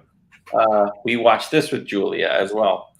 Yes. And this one, I remember watching the first season, and even though looking back, the first episode's great. But looking back, the first season, I didn't have that strong feelings about it. The very first season, as I thought, ooh, is it gonna? And I did not watch the British version. The Ricky Gervais. I went back and watched the British version later, but so I didn't have anything to compare it to. So, but I just thought it wasn't. I was like, I don't know about this show. And then somewhere around towards the end of the first season, I remember like thinking, oh yeah, I kind of want to watch the next episode. Oh, there's only 1 more left. Like, you know what I mean? I remember it being that good. And then I remember coming back the second season and it just took off like a rocket. Like it became instantly like something I had to watch. And by the end of the second season, I was like, this is like my favorite show on TV. It's so good. And it got better and better. And you know what? Even when Steve Carell left, I still watched it. I still liked it because I found there was enough interesting stuff in the other side characters. It went from being an astronomically great show to just a great show, in my opinion, when he left. So it was still good. Still good, right. It had a lot of great characters in it. And so, yeah, I know some of the scenarios were kind of like repetitive, like they would almost repeat the same plot of a show. But it still was great. And John Krasinski is amazing in the show. He's just really funny. Yeah. I mean, his reactions and Rainn Wilson, right? Everyone loved Rainn Wilson. I thought Jim was funny actually because it's just the way he reflected the ridiculousness of the show. My favorite character on The Office though is Toby, the HR guy. Yes, I agree. Yeah, I agree. Because he's so like just sad sack, like just so beaten down by this impossible boss he has to deal with, and just in life in general too. Everything goes wrong. Yeah, he always wears brown, and he's just I was always rooting, and he's the only voice of reason ever in that whole show. Like he's the only. Every time he says something, it's like, yeah, no, that's fair, you know. But it was like he kind of had this Charlie Brown thing where everybody hated him for no apparent reason. Yes, I know. And Meredith was really good. Yeah. I always carry a bag of cigars. I mean, everybody loved Michael Scott on the show because he was so obviously the star and talented and everything. But like, I really, really like. All of the ancillary type characters in it, even the ones that were the handyman. I forgot his name, but that guy was so good. Yeah, he was hilarious. The one that I liked Stanley. I liked the handyman said that he kept interrupting and saying that I just want to let you know that I'm hard of hearing. That like I can hear you perfectly right here, but if I go stand way over there, I can't Right. hear you. You know, Right. saying that, and yeah, that was good. And then the hitman that Dwight hires, the guy that classes, who I forgot that guy's name, Chris Gethard. Yeah, yeah. There's so many good people on that show. I thought the finale was really good too. I thought it was pretty good. You know, it was a satisfying finale. Ryan became a douchebag on the show, and he was great. Well, became always, you know. But yeah. I don't know. To me, it's the greatest comedy ever on TV. It's a very good choice. Very good choice. And in my opinion, I know people will disagree because I know a lot of people like Parks and Rec and Modern Family and all these other shows. To me, it did the faux documentary thing so well that it kind of, to me, shuts it down. Like, don't do that anymore. Yeah, I agree. Yeah. And so every time I see something like that, it's like, eh. Oh, that's so. I know there's a jump the shark moment. My nephew told me this. He said it's the moment where they become aware of the cameras, and Pam confides to the camera, and they try to make this weird love triangle almost thing. I get it. That was a little bit like no, but then they moved away from that really quickly when it wasn't working. But no, just what an amazing cast and what chemistry, and it just seemed like a fun set to be on. And Charlie Rossman, my good friend Charlie Rossman, was on The Office. He played Dwight's boss at the police station when he was a volunteer. Wow. Yeah, Charlie got to go and walk around Dunder Mifflin. That's amazing. That is crazy. That's yeah. And he said it was a good environment. Like they were all pretty friendly. That's neat. That's neat. It just gets better and better. The Office is just, I don't know. And it makes me really happy that the youths out there love The Office. Yeah. Yeah. High school kids are watching it, and you know, and it's still like, I don't know why I don't watch that many of them. Things you can't say anymore too on that show. Yeah. But YouTube and Facebook, the algorithm suggests Office clips all the time. It's like, you know, and I think it's just because there's an endless appetite for it. Yeah. Yeah. The Office is magic. So that's my number one show. Seinfeld, I didn't even, you know what? I think I put it in my honorable mentions, but I really like Seinfeld, but Seinfeld to me is like eating a bag of vinegar chips. Yeah. Like they're so good. But then after a while, I'm like, with The Office is eating Cheetos. Yeah, I could even, and I like, obviously Seinfeld's my number one. I wouldn't want to sit and watch a Seinfeld marathon. Yeah, like, I tried that. It doesn't work, but I can't do it. There's something, it doesn't work for some reason. But in a part of it, also, I should, as you know, talking about Seinfeld, I should shout out Larry David, which was a very important component of that. And when he left, I think I'm not going to say like, oh, the show was garbage after that. Not true at all.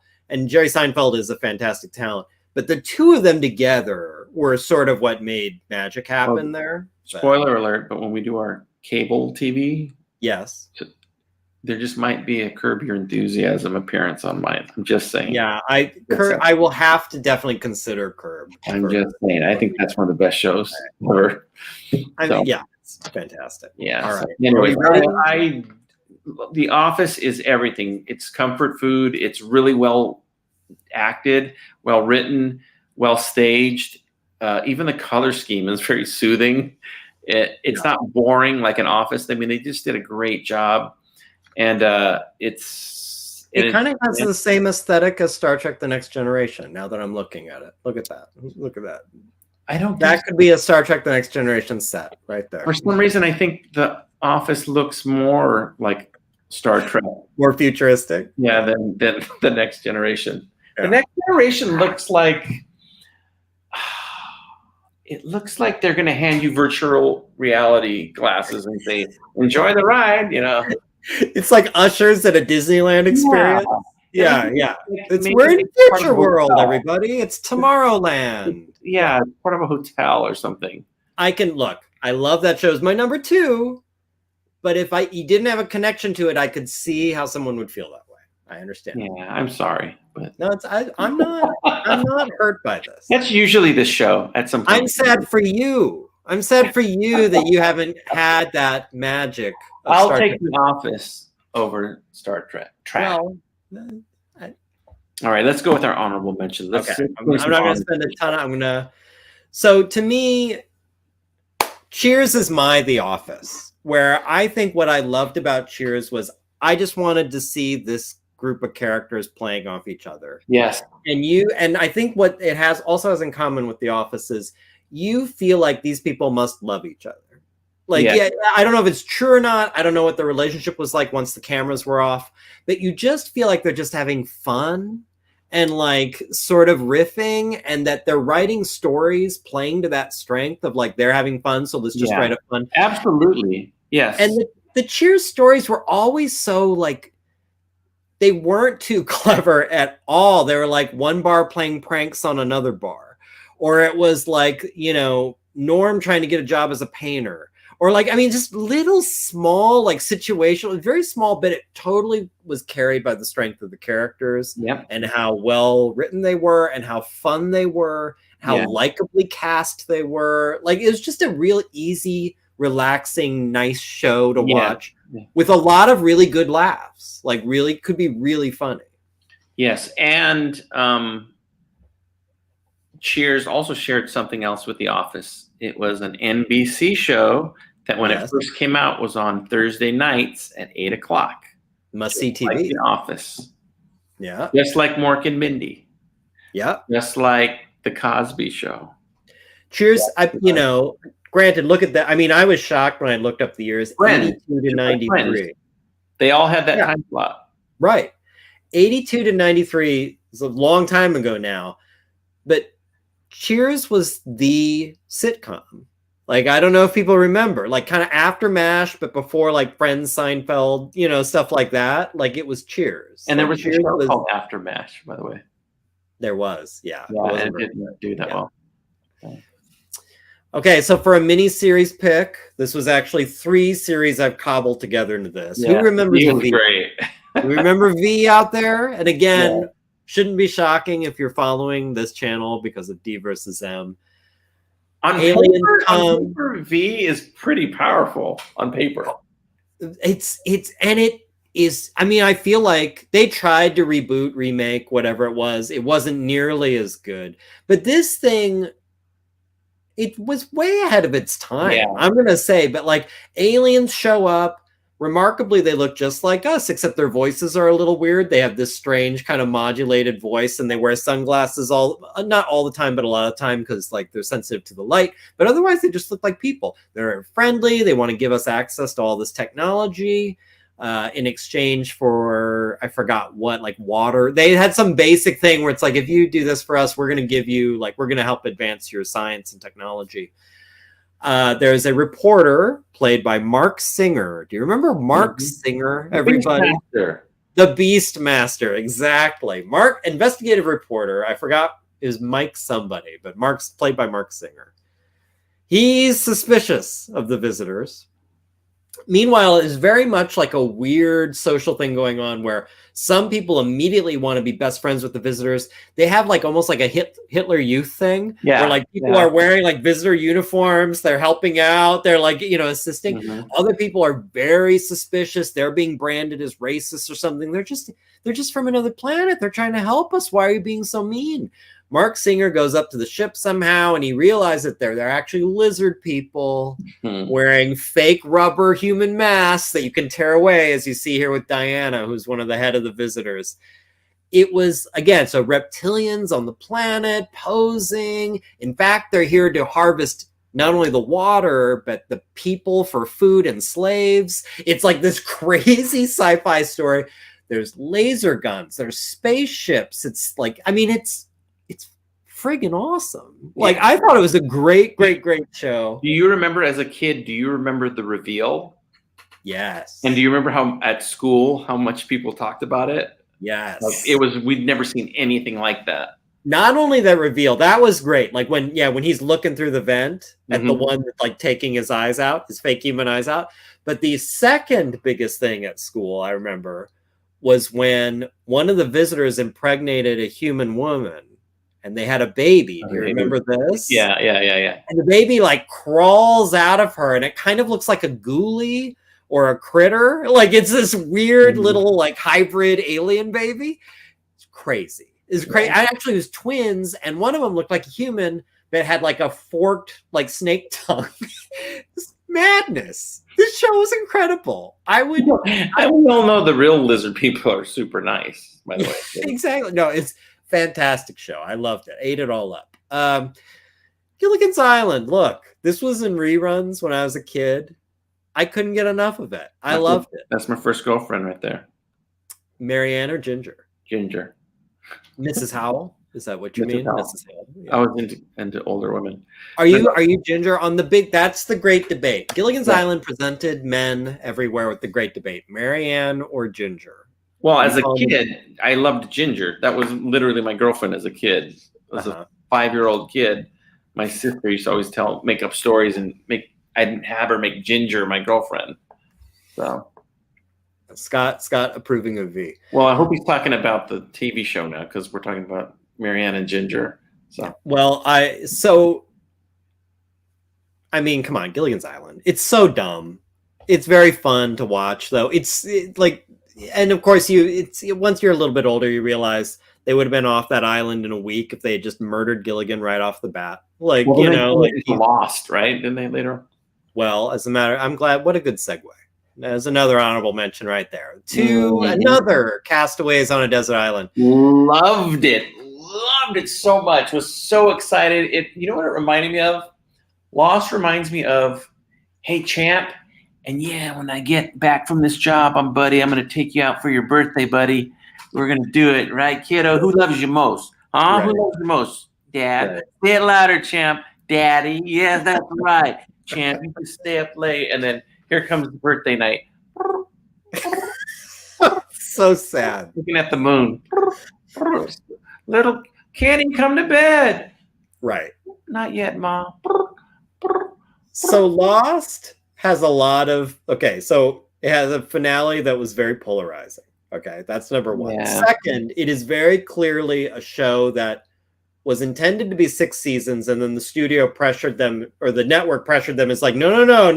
Like, this is the biggest show on TV. So they added 2 seasons, and you could tell like they weren't really sure where the hell they were going or what they were doing. And that's a little bit of also J.J. Abrams. He's great at setting up a premise.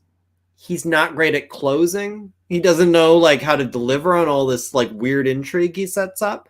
Yeah. That all said, I loved every week of it. I did too. And I loved the finale. The finale worked for me. Like, I was fine with the finale. I think I bought the first season on DVD. Yeah. I loved it. I loved it, but it was great. And just seeing these two, finding this image for this made me like, I want to rewatch that show. Like, that was just these two guys in particular were so great. The problem I have with it, though, why I can't really rewatch it is because knowing that they're lying to you they are. There's a lot of misreads. There's a lot of threads they never deliver on, like that they never do anything with. But at least the character. I mean, I think the drama works. The intrigue works. It's fun to watch. I'm surprised they didn't have like a giant wind-up soldier boy like walking through the jungle and then never explain it. Like they just did so many. Scott weighing in. We won't tell Jen. So is she going to kill you because she thinks you should pick Ginger, or does she not want you weighing in on this topic at all? That's what I'm curious about. But I don't know. There's nothing wrong with Ginger. I mean, with Marianne. Marianne's great. No, I would go with Marianne, absolutely. Marianne. Yeah, but I really like Ginger. Unsolved Mysteries, brought up by Mary. This was, so the two, I told you, I had my list, and then I remembered 2 shows. Unsolved Mysteries and In Search Of. And I was like, oh, this ruins everything. So I had to sit and think, which one do I like more? I don't think both deserve top 5. Which one do I like more? I loved Unsolved Mysteries. It was also NBC. It was also like a must-see TV night thing. I also have very fond memories of sitting with my dad. After my parents divorced, we'd go over to his house, and there would be TV trays and TV dinners, and we'd watch Unsolved Mysteries. And that's like one of my happiest childhood memories is watching Robert Stack talk about someone who disappeared and was never seen again. Or like, or Strange Lights or The Afterlife. It was basically like In Search Of, but played it way more straight. In Search Of went full hog. In Search Of is like a paranoid screed on like the Bermuda Triangle. Planes have gone down out there, man. Yeah. Like Unsolved Mysteries is like, what happened to these planes? Nobody knows. Like that, and it's creepy in its own way, but not as terrifying as In Search Of. And I think I liked the terror of I like a show that's creepier, more terrifying, and it's called To Catch a Predator. That's another very good one. I know it's such a bad show to love, but I do. And then finally, Cosmos. I have to say, Cosmos. It was another thing that just somehow made such an impression on me. I think I actually learned more from Cosmos than I did in most of my grade school. Like I still remember facts I learned from Carl Sagan, where I couldn't tell you 4 things I remember from grades 1 through 7. Like, I don't know. It's like, I maybe know the capital of North Carolina. I don't know. Like, hardly anything. I know my times tables, but I remember him talking about the Pythagorean theorem. I remember him talking about what a tesseract was. I remember, like, that stuff. There was something about him. I just wanted this guy to be my teacher, my professor, my lover. And, and I wanted to curl up next to him at night, nuzzle my cheek on his turtleneck. Like, he just seemed like the most interesting man before, the beer ads of the most interesting man in the world. Like, I mean, I couldn't believe, and of course I was a kid. I didn't appreciate the fact that this is all written beforehand. It just seemed like this genius just knows all this stuff. And a huge fan of Ginger. And a huge fan of Ginger, by the way. We all know because Jen's a redhead. There needs to be redhead solidarity. Picking Marianne, I understand now. Picking Marianne, controversial. So those are my honorable mentions. All right. I'm going to go to mine. Mine will be quick. Okay. Woo! My honorable mentions. Here we go. Whoa. Happy Days. Happy Days almost made my top 5 because Happy Days is a Hall of Fame show, but it just jumped the shark so hard. So hard. Actually, the origin of the phrase "jump the shark" is from Happy Days. Yes, it's where Fonzie jumps the shark. Yeah, they go to California. And yes, absolutely. But I would argue it jumped far earlier when Mork showed up. But I agree. But the popularity had not jumped the shark. That was at the height of its ratings when he showed up. So you're right, but. Yeah, you are right. I mean, it's kind of hard to understand. Like, yeah. Okay. Taxi. I love huge Andy Kaufman fan. Huge Andy Kaufman fan, but also huge Reverend Jim fan. Christopher Lloyd. Yeah. Christopher Lloyd. Yeah. I remember as a kid, I was crying when he had to go take his driver's test. He had been driving a cab for years and they realized he didn't have a driver's license. So they took him and he's this burnout. Like they take him to try and take his, and I remember he's in there and he's looking at the test and he whispers to his friends. He's like, "What do you do when you see the yellow light?" And they say, "Slow down." What do you do? Just so dumb. But everything Reverend Jim did, I thought was hilarious. When he showed up once, he's like, "Do you know how many M&Ms I can hold in my mouth?" And they're like, "No, how many?" He's like, "Well, I was asking you." Like this was just stupid jokes. But I thought Taxi was great. Danny DeVito? Yeah, and that's another show that started out on, I think, NBC and went to ABC. Yeah, I think so. Yeah. Okay, the next 2 are shows that were very short-lived. I think 6 episodes each. Police Squad, which led to the police, Leslie Nielsen, what was it? The Naked Gun movies. Yes. Those are from Police Squad. Police Squad was a TV show that started that. And Police Squad was, again, as a kid, I think I laughed maniacally at it. It was so funny. I love the show. And I remember when they canceled it, it was the first show that I was like, what? Like everyone didn't like this? Right. Yeah. Right. So, the Dana Carvey show, same effect, but I was older. The Dana Carvey show was, I laughed hysterically at it, and then I was like, it's gone. That's the surprising pick. That's one they were down on the sponsors. One time he had this glass of Mountain Dew, and he pours it, and he tells us, they're sitting at a table, and tells the guy, hey, what does that look like?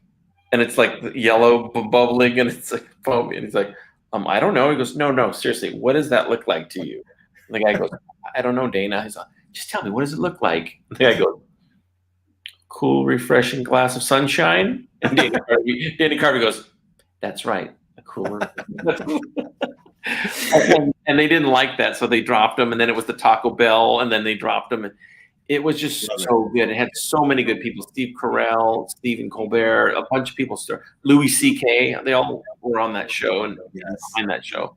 So anyways, Starsky and Hutch as child, playing guns in the backyard as Starsky and Hutch. I was always partial to Starsky because he was brunette. I don't know why.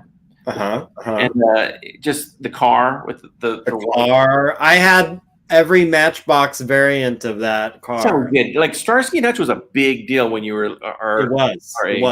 Yeah. So that's it. Okay, Lost.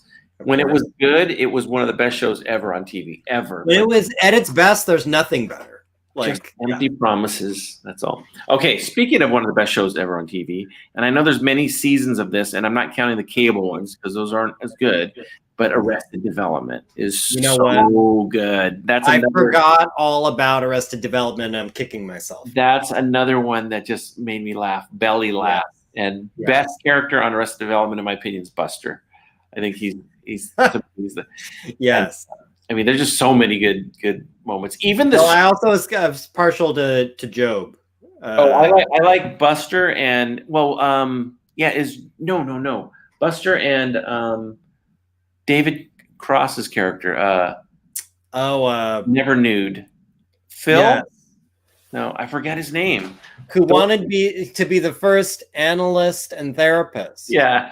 And I had for years. So this is a plot. Forgive me, everyone. But this was he was an analyst and a therapist. He wanted to be the first anal rapist. And like when you saw that spelled out, it looked like anal rapist. And I had a mug that said anal rapist on it with like blue lip marks on it and blue fingerprints, which I loved for years. And I realized it got to a point where it's like, no one's going to know. I can't so I finally got rid of it. That's so, all right. And then the next two were both knocked out by Fancy Whites on my other list, but What's Happening took place out here in, I think it was What's Happening Inglewood, or was it Compton? I don't know, but What's Happening is a delightful show. No pun intended. Anyway, it is great. I loved What's Happening. I looked, and at my school, we all looked forward to watching it it was on Tuesday nights on ABC. And it was just so good. Like, I remember how much joy that show brought us. So What's Happening, and that only lasted like 4 or 5 seasons. Then they had What's Happening Now, which was actually pretty good, really underrated. And Martin Lawrence was on that show. I don't think I ever saw that one. Funny, corny family show. Really, really funny. Good Times was and I didn't know that there was kind of a nefarious backstory to Good Times, that there's allegations that Norman Lear kind of stolen, right? Yeah. But that aside, what an amazing cast. And like I said, John Amos as the father on that show was so good. So was Florida on that show. Esther Roll, she was good. I was always partial to Winona, the neighbor. Yes. It was reminding my sister Laura. Yeah. But that was a great show, And then you had Michael, the little mighty midget, always spouting whatever facts they wanted to get out on the show. Like, everybody else would be silly. He goes, Daddy, don't you know that 95% of the African American diet is made of sodium? Right. He was great. And then to me, Jimmy Walker was great on the show, and he's funny, but like it by no means was my favorite thing on the show. No, me neither. Everything was the father. He was the best. So yeah. So there's that. Okay, and then there's Three's Company. Three's Company. That Wow. brought some adult humor into our child's lives. Very adult. Weird. Like, it was show. very risque. What a weird show. It was Yeah. super weird. So weird. But people. That's another one that doesn't age great because John Ritter's character, first of all, this is something that people can't even relate to. Justify living with two women, he had to pretend pass he was himself gay. off as gay. Right. Yeah. And then when there was always a joke in that somehow. and when the landlords left, the new landlord came in and they kept the rule. It was like so stupid. Yeah. Is that they know? Yes. So like that's first of all, that's antiquated. Just this idea of like, who cares if it's two girls and a guy So, living together? Here's the ultimate debate: Furley versus Roper. Which landlord do you prefer? Oh, I mean, It's rough because they're different styles. so different. I mean, Mr. Furley is very iconic and but Mr. Roper was so good, so good. When I think he'd say Roper. something, he'd be like, I don't know if this is a hot take. I think Roper was better. I love Don Knotts. I loved him in the Andy Griffith Show, but I prefer Roper. you remember Roper would be like this? She'd be like, Stanley, what am I gonna do with this spaghetti? Oh, maybe put it outside. The cement needs some sealing. And he'd look at the camera. Mug at the camera. I was just about to say that. That's another thing. It's almost like the laugh track in MASH does not age well. Yeah. Like that looks so weird every time. And he's the only one in the whole show doing that. It's so good though. Those moments, I lived for those moments as a kid. And it's also that old school, like that's a whole thing that I think is like it's relic. so out of place. It's so out of place, but it's also a relic of older sitcoms where the joke is always the long-suffering husband being henpecked by his wife. Yeah. Oh, and and wanted to have sex, and he was like, no. Yeah, right. Exactly. Yeah, and it was just like it was kind of weird, but something about Don Knotts is sort of distracting to me. But what a cool character that he was such a horn dog, and with his polyester suits, and the tie on, and the first episode he was like, I have a porch. Yeah. I remember him saying that. I have a porch. Yeah. What was the name of the bar they were always The at? Regal Beagle. The Regal Beagle. That's right. Yeah. And neighbor Larry, who was real skeezy. Although I liked Larry as a kid. And then so originally Suzanne Summers was the blonde, but then replaced with who? I don't remember. Well, the third one was Terry, the nurse. That's right. The second one was Cindy, Chrissy's cousin. From like Oklahoma or something, or I don't know, maybe San Diego. They just kept swapping in blondes. But the third one, Terry, the nurse, was pretty good. She was good on the show. Yeah, she was, and not as much of a kind of a bimbo as the first two. No. Yeah. But I love that show. I mean, as a kid, it was like a big, and like the adults and kids watched it, but it was like totally an adult show. It was really pushed the line. John Ritter also very sad, and every episode was a misunderstanding. Yes, trying to install a sink, and they're like, and it's right. Always that was the central. Anytime they were in doubt in the writers' room, it was like they didn't even try. They just went. Yeah. Okay. So my next show is another show called Seinfeld. Yes, and it was okay. I think we all agree it was okay. Familiar. Favorite character on Seinfeld, George. Of course. But it's so frustrating watching George, but he's going to get into bad crap. And he's always the one who ends up in the stupidest, funniest situation. So, in a weird way, I believe Jerry Seinfeld was very vastly underrated on that show. And I know that sounds weird, but he was always like the straight man or the, I agree. It was really good. Like Jerry Seinfeld. And he had to be to make, you need, because you have everyone else's, Elaine, not so much, but especially with George and Kramer, you need a straight man to make those work. Yeah. There's no way. Though I have to say, I'm not going to say it's my favorite, but right up there. If we were doing top 5 Seinfeld characters, George's parents are, to me, I would just sit crying, laughing every time they were just being insane together and screaming at each other for the stupidest things. I loved it. Loved it so much. Yeah. So that one's up there. And then finally, another Tuesday night, 8:30, right after Happy Days, a spinoff of Happy Days, Laverne and Shirley. What a classic. Classic show. As a kid, I think I had a crush on Shirley. But Yes. as an older teenager, I started liking Laverne. So you kind of switches. That's and then funny. Lenny and Squiggy were my heroes as kids. Lenny and Squiggy, yes. I had their album. I have it still. So They had an album? they had an album. Yeah, it was really good. There's a song called "Foreign Legion of Love." Go Google it, or no, go on YouTube. Look them up. Lenny and the Squig Tones. Lenny and the Squig Tones. And go look No, at see, I was Google a Mary Foreign Ann Legion guy. of Love. I was a Mary Ann guy, I was an Elaine Bennis guy, and I was a Shirley guy. So clearly the brunette thing is strong. It's Yeah, a strong I loved Shirley from Happy Days when they did their guest spot. right. Yeah, which Because is they double dated with Richie and right. Richie and Shirley were both. Ron Howard and Cindy Williams were in American Graffiti together. Yes. So Yes. American Graffiti being basically the inspiration for Happy Days, right? which being the inspiration for Star Wars as well. So all full circle. So much of Three's Company was over my head. No, totally. Like I had no idea what they were joking about 75% of the time. Yeah, me neither.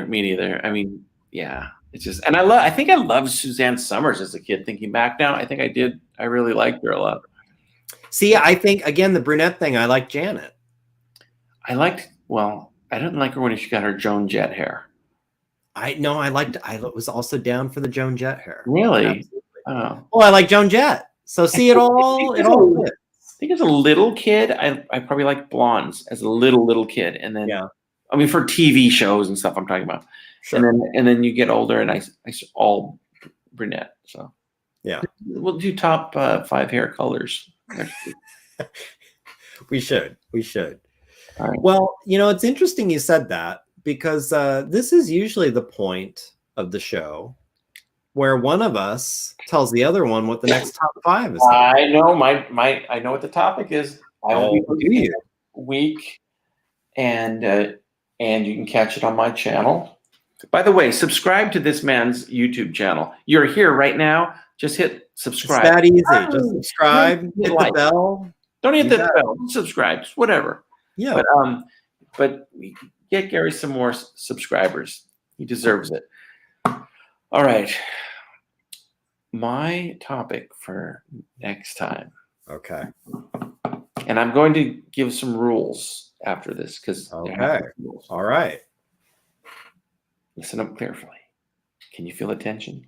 I'm dying. Top 5. And again, I'm going to give you the rules in a We're doing 5 this time. Top 5. Okay. All right. Top 5. Wait, hold on. Not just 5. Top 5. Whoa. Oh, the top ones. That means the Not best. just 5. Oh, wait, hold on. Go ahead. Top 5. Yeah.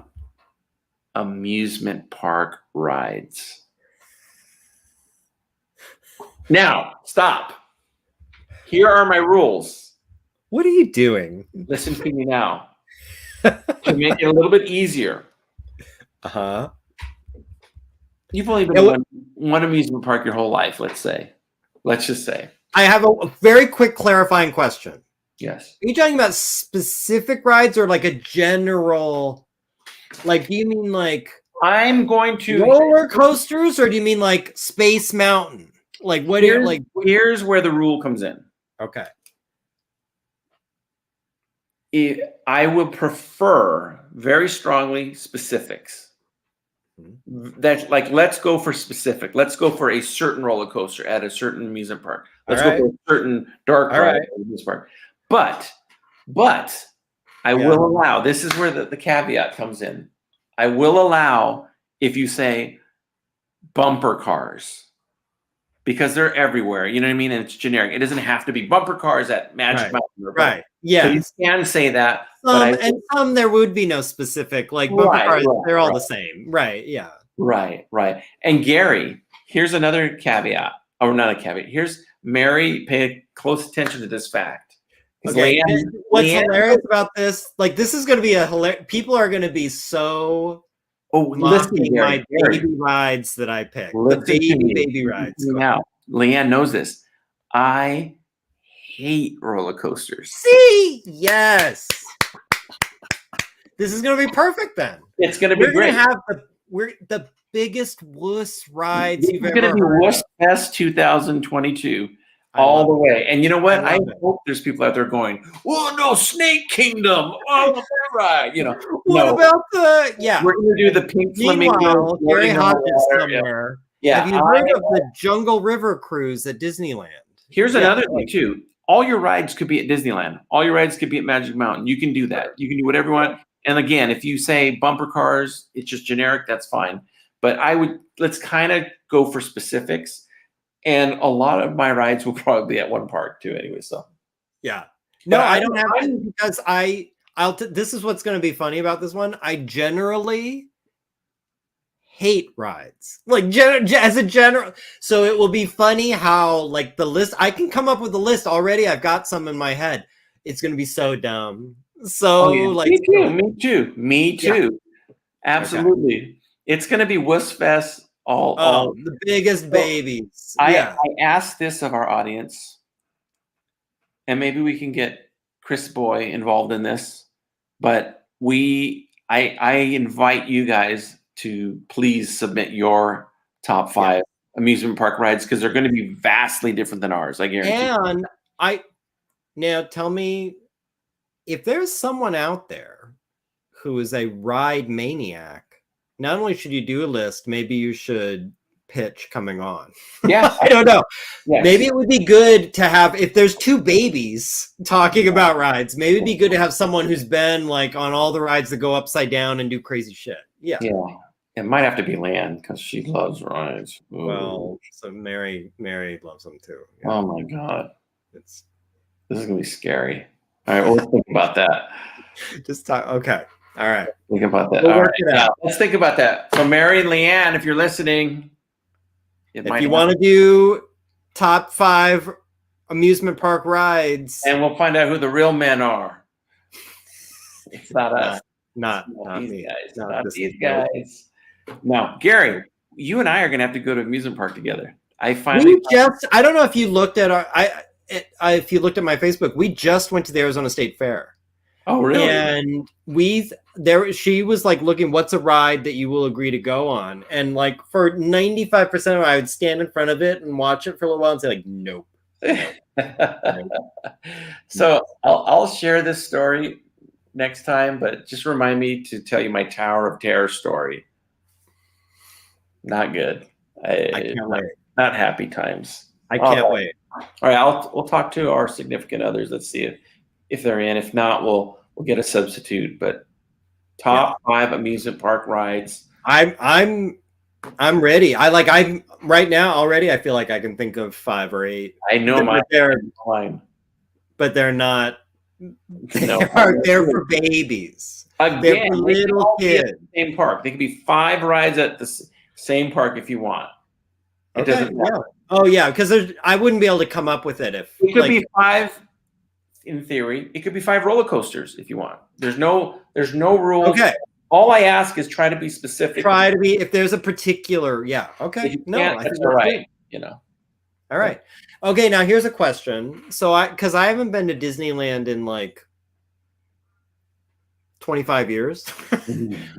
There are rides that I remember that apparently aren't there anymore. So can they be a ride that doesn't exist? Or does this need to be a ride? Yes. Let's say yes because you don't know it.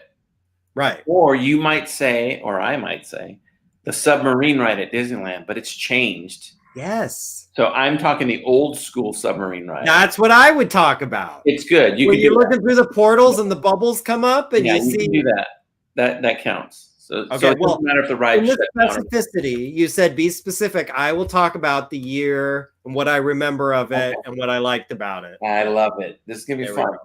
Okay, it's going to be fun and sponsored by Disney. Maybe Scott will have to be guesting as well. Maybe there'll be a lot of amusement park with no roller coasters would be Spearmint Rhino. I think he's horrified that between the two of us, neither one of us will probably. This is gonna our man cards are revoked, and Mary, no, Mary. Leanne loves it too. Oh no, no, hell no. So clearly, when I get my act together and I save up the pile of money it would take to go to Disneyland and see like the new Star Wars thing and all that stuff, Mary and Leanne can go and do absolutely, absolutely, and you and I can sit on the Millennium Falcon and drink milk. You and I will Mr. Toad's ride over and over. I'm not even kidding. Yes. Wow. The Hall of Presidents. It all makes our friendship make sense now. It all just clicked. Wow. That's why God put us here. That's there we go. We go on the little kid rides together and look like creeps. Yeah, it looked like total. We'll be on a watch list. But that's the level of excitement I want on a ride. You're going to be going around on the little swing and they'll be like, "Hi, Harry Potter." I want the it's a small world thing. I want to go through that. Yes, fantastic. Oh man, it'll be good. It's gonna be a good show. Disneyland, they had that one. We'll talk about all this more, but they didn't they have like the history of the planet where you're going through and there's like dinosaurs and volcanoes. Yeah, that was the train. That was awesome. They still have that, but it's not quite the same. And I love Mr. Toad's. Mr. Toad is terrifying. So good. All of my rides might just be Disneyland. They just might. I don't know. Well, I mean that's I think that's fair. That's fair. Could be. All right. This is going to be good. All right. Are you ready to pick a day, Wednesday or Thursday? Let's just say Wednesday again, 8 o'clock. Let me make sure I can commit to that. Yes. All right. Guys. Wednesday, and then if ever we fail to do Wednesday, we could always do Thursday at 8. Yes. But we'll generally go for Wednesdays, but yeah. All right. This is a good one. This was a good one. Watch some TV, and I can't wait to do the streaming show because a little hint, there will be Crown Your Enthusiasm would be a good summary of how I feel about it. And that we did say last time, we're splitting this up, our TV thing. So the next time we do a TV one, I don't know when, we won't make you wait months and months, but it will be pay stuff. So streaming and cable. That will be the category. And we will deliver unlike Lost. These are not empty promises. I thought the finale was fine. So, by the way, the fact that you're not all into roller coasters and stuff, it brings joy because, like, I feel like like I'm not going to be the weirdo on this show. This is great. Oh well, look at this. If you want to change the day, we could do it live in the same room. We could do Saturday night. Next Saturday night, not this coming one. We'll think about it. Think about it. Maybe we do a special one. That would be pretty great, all in the same room. That would be, or we got to come up with something special. But if Scott has strong feelings about roller coasters and Mary and Leanne do as well. Ooh, that's good. Okay, maybe let's talk. We gotta think about that. Yeah. I wonder if Mr. Corey Kerr has he seems like a thrill seeker. He seems like someone who would. Corey Kerr's life is a roller coaster. Yeah, that's true. And he's not belted in. No. He does not pull that thing down. No. It's like, it's fine. It's fine. No. Got change in his pockets. That's right. Got flip-flops. Flip-flops, long hair, just whatever. Yeah, he's doing everything wrong. All of it. Whew. All right. Well, this was a good one, and next week will be a good one, and we hit the 2-hour mark. So look at that. All right, Scott, we'll get in touch with you, and maybe we'll see you guys Saturday instead of. We'll see. Yeah, no matter what, next week sometime. It's free, so don't complain. Yeah. All right. Thank you, guys. Have a good night. All right.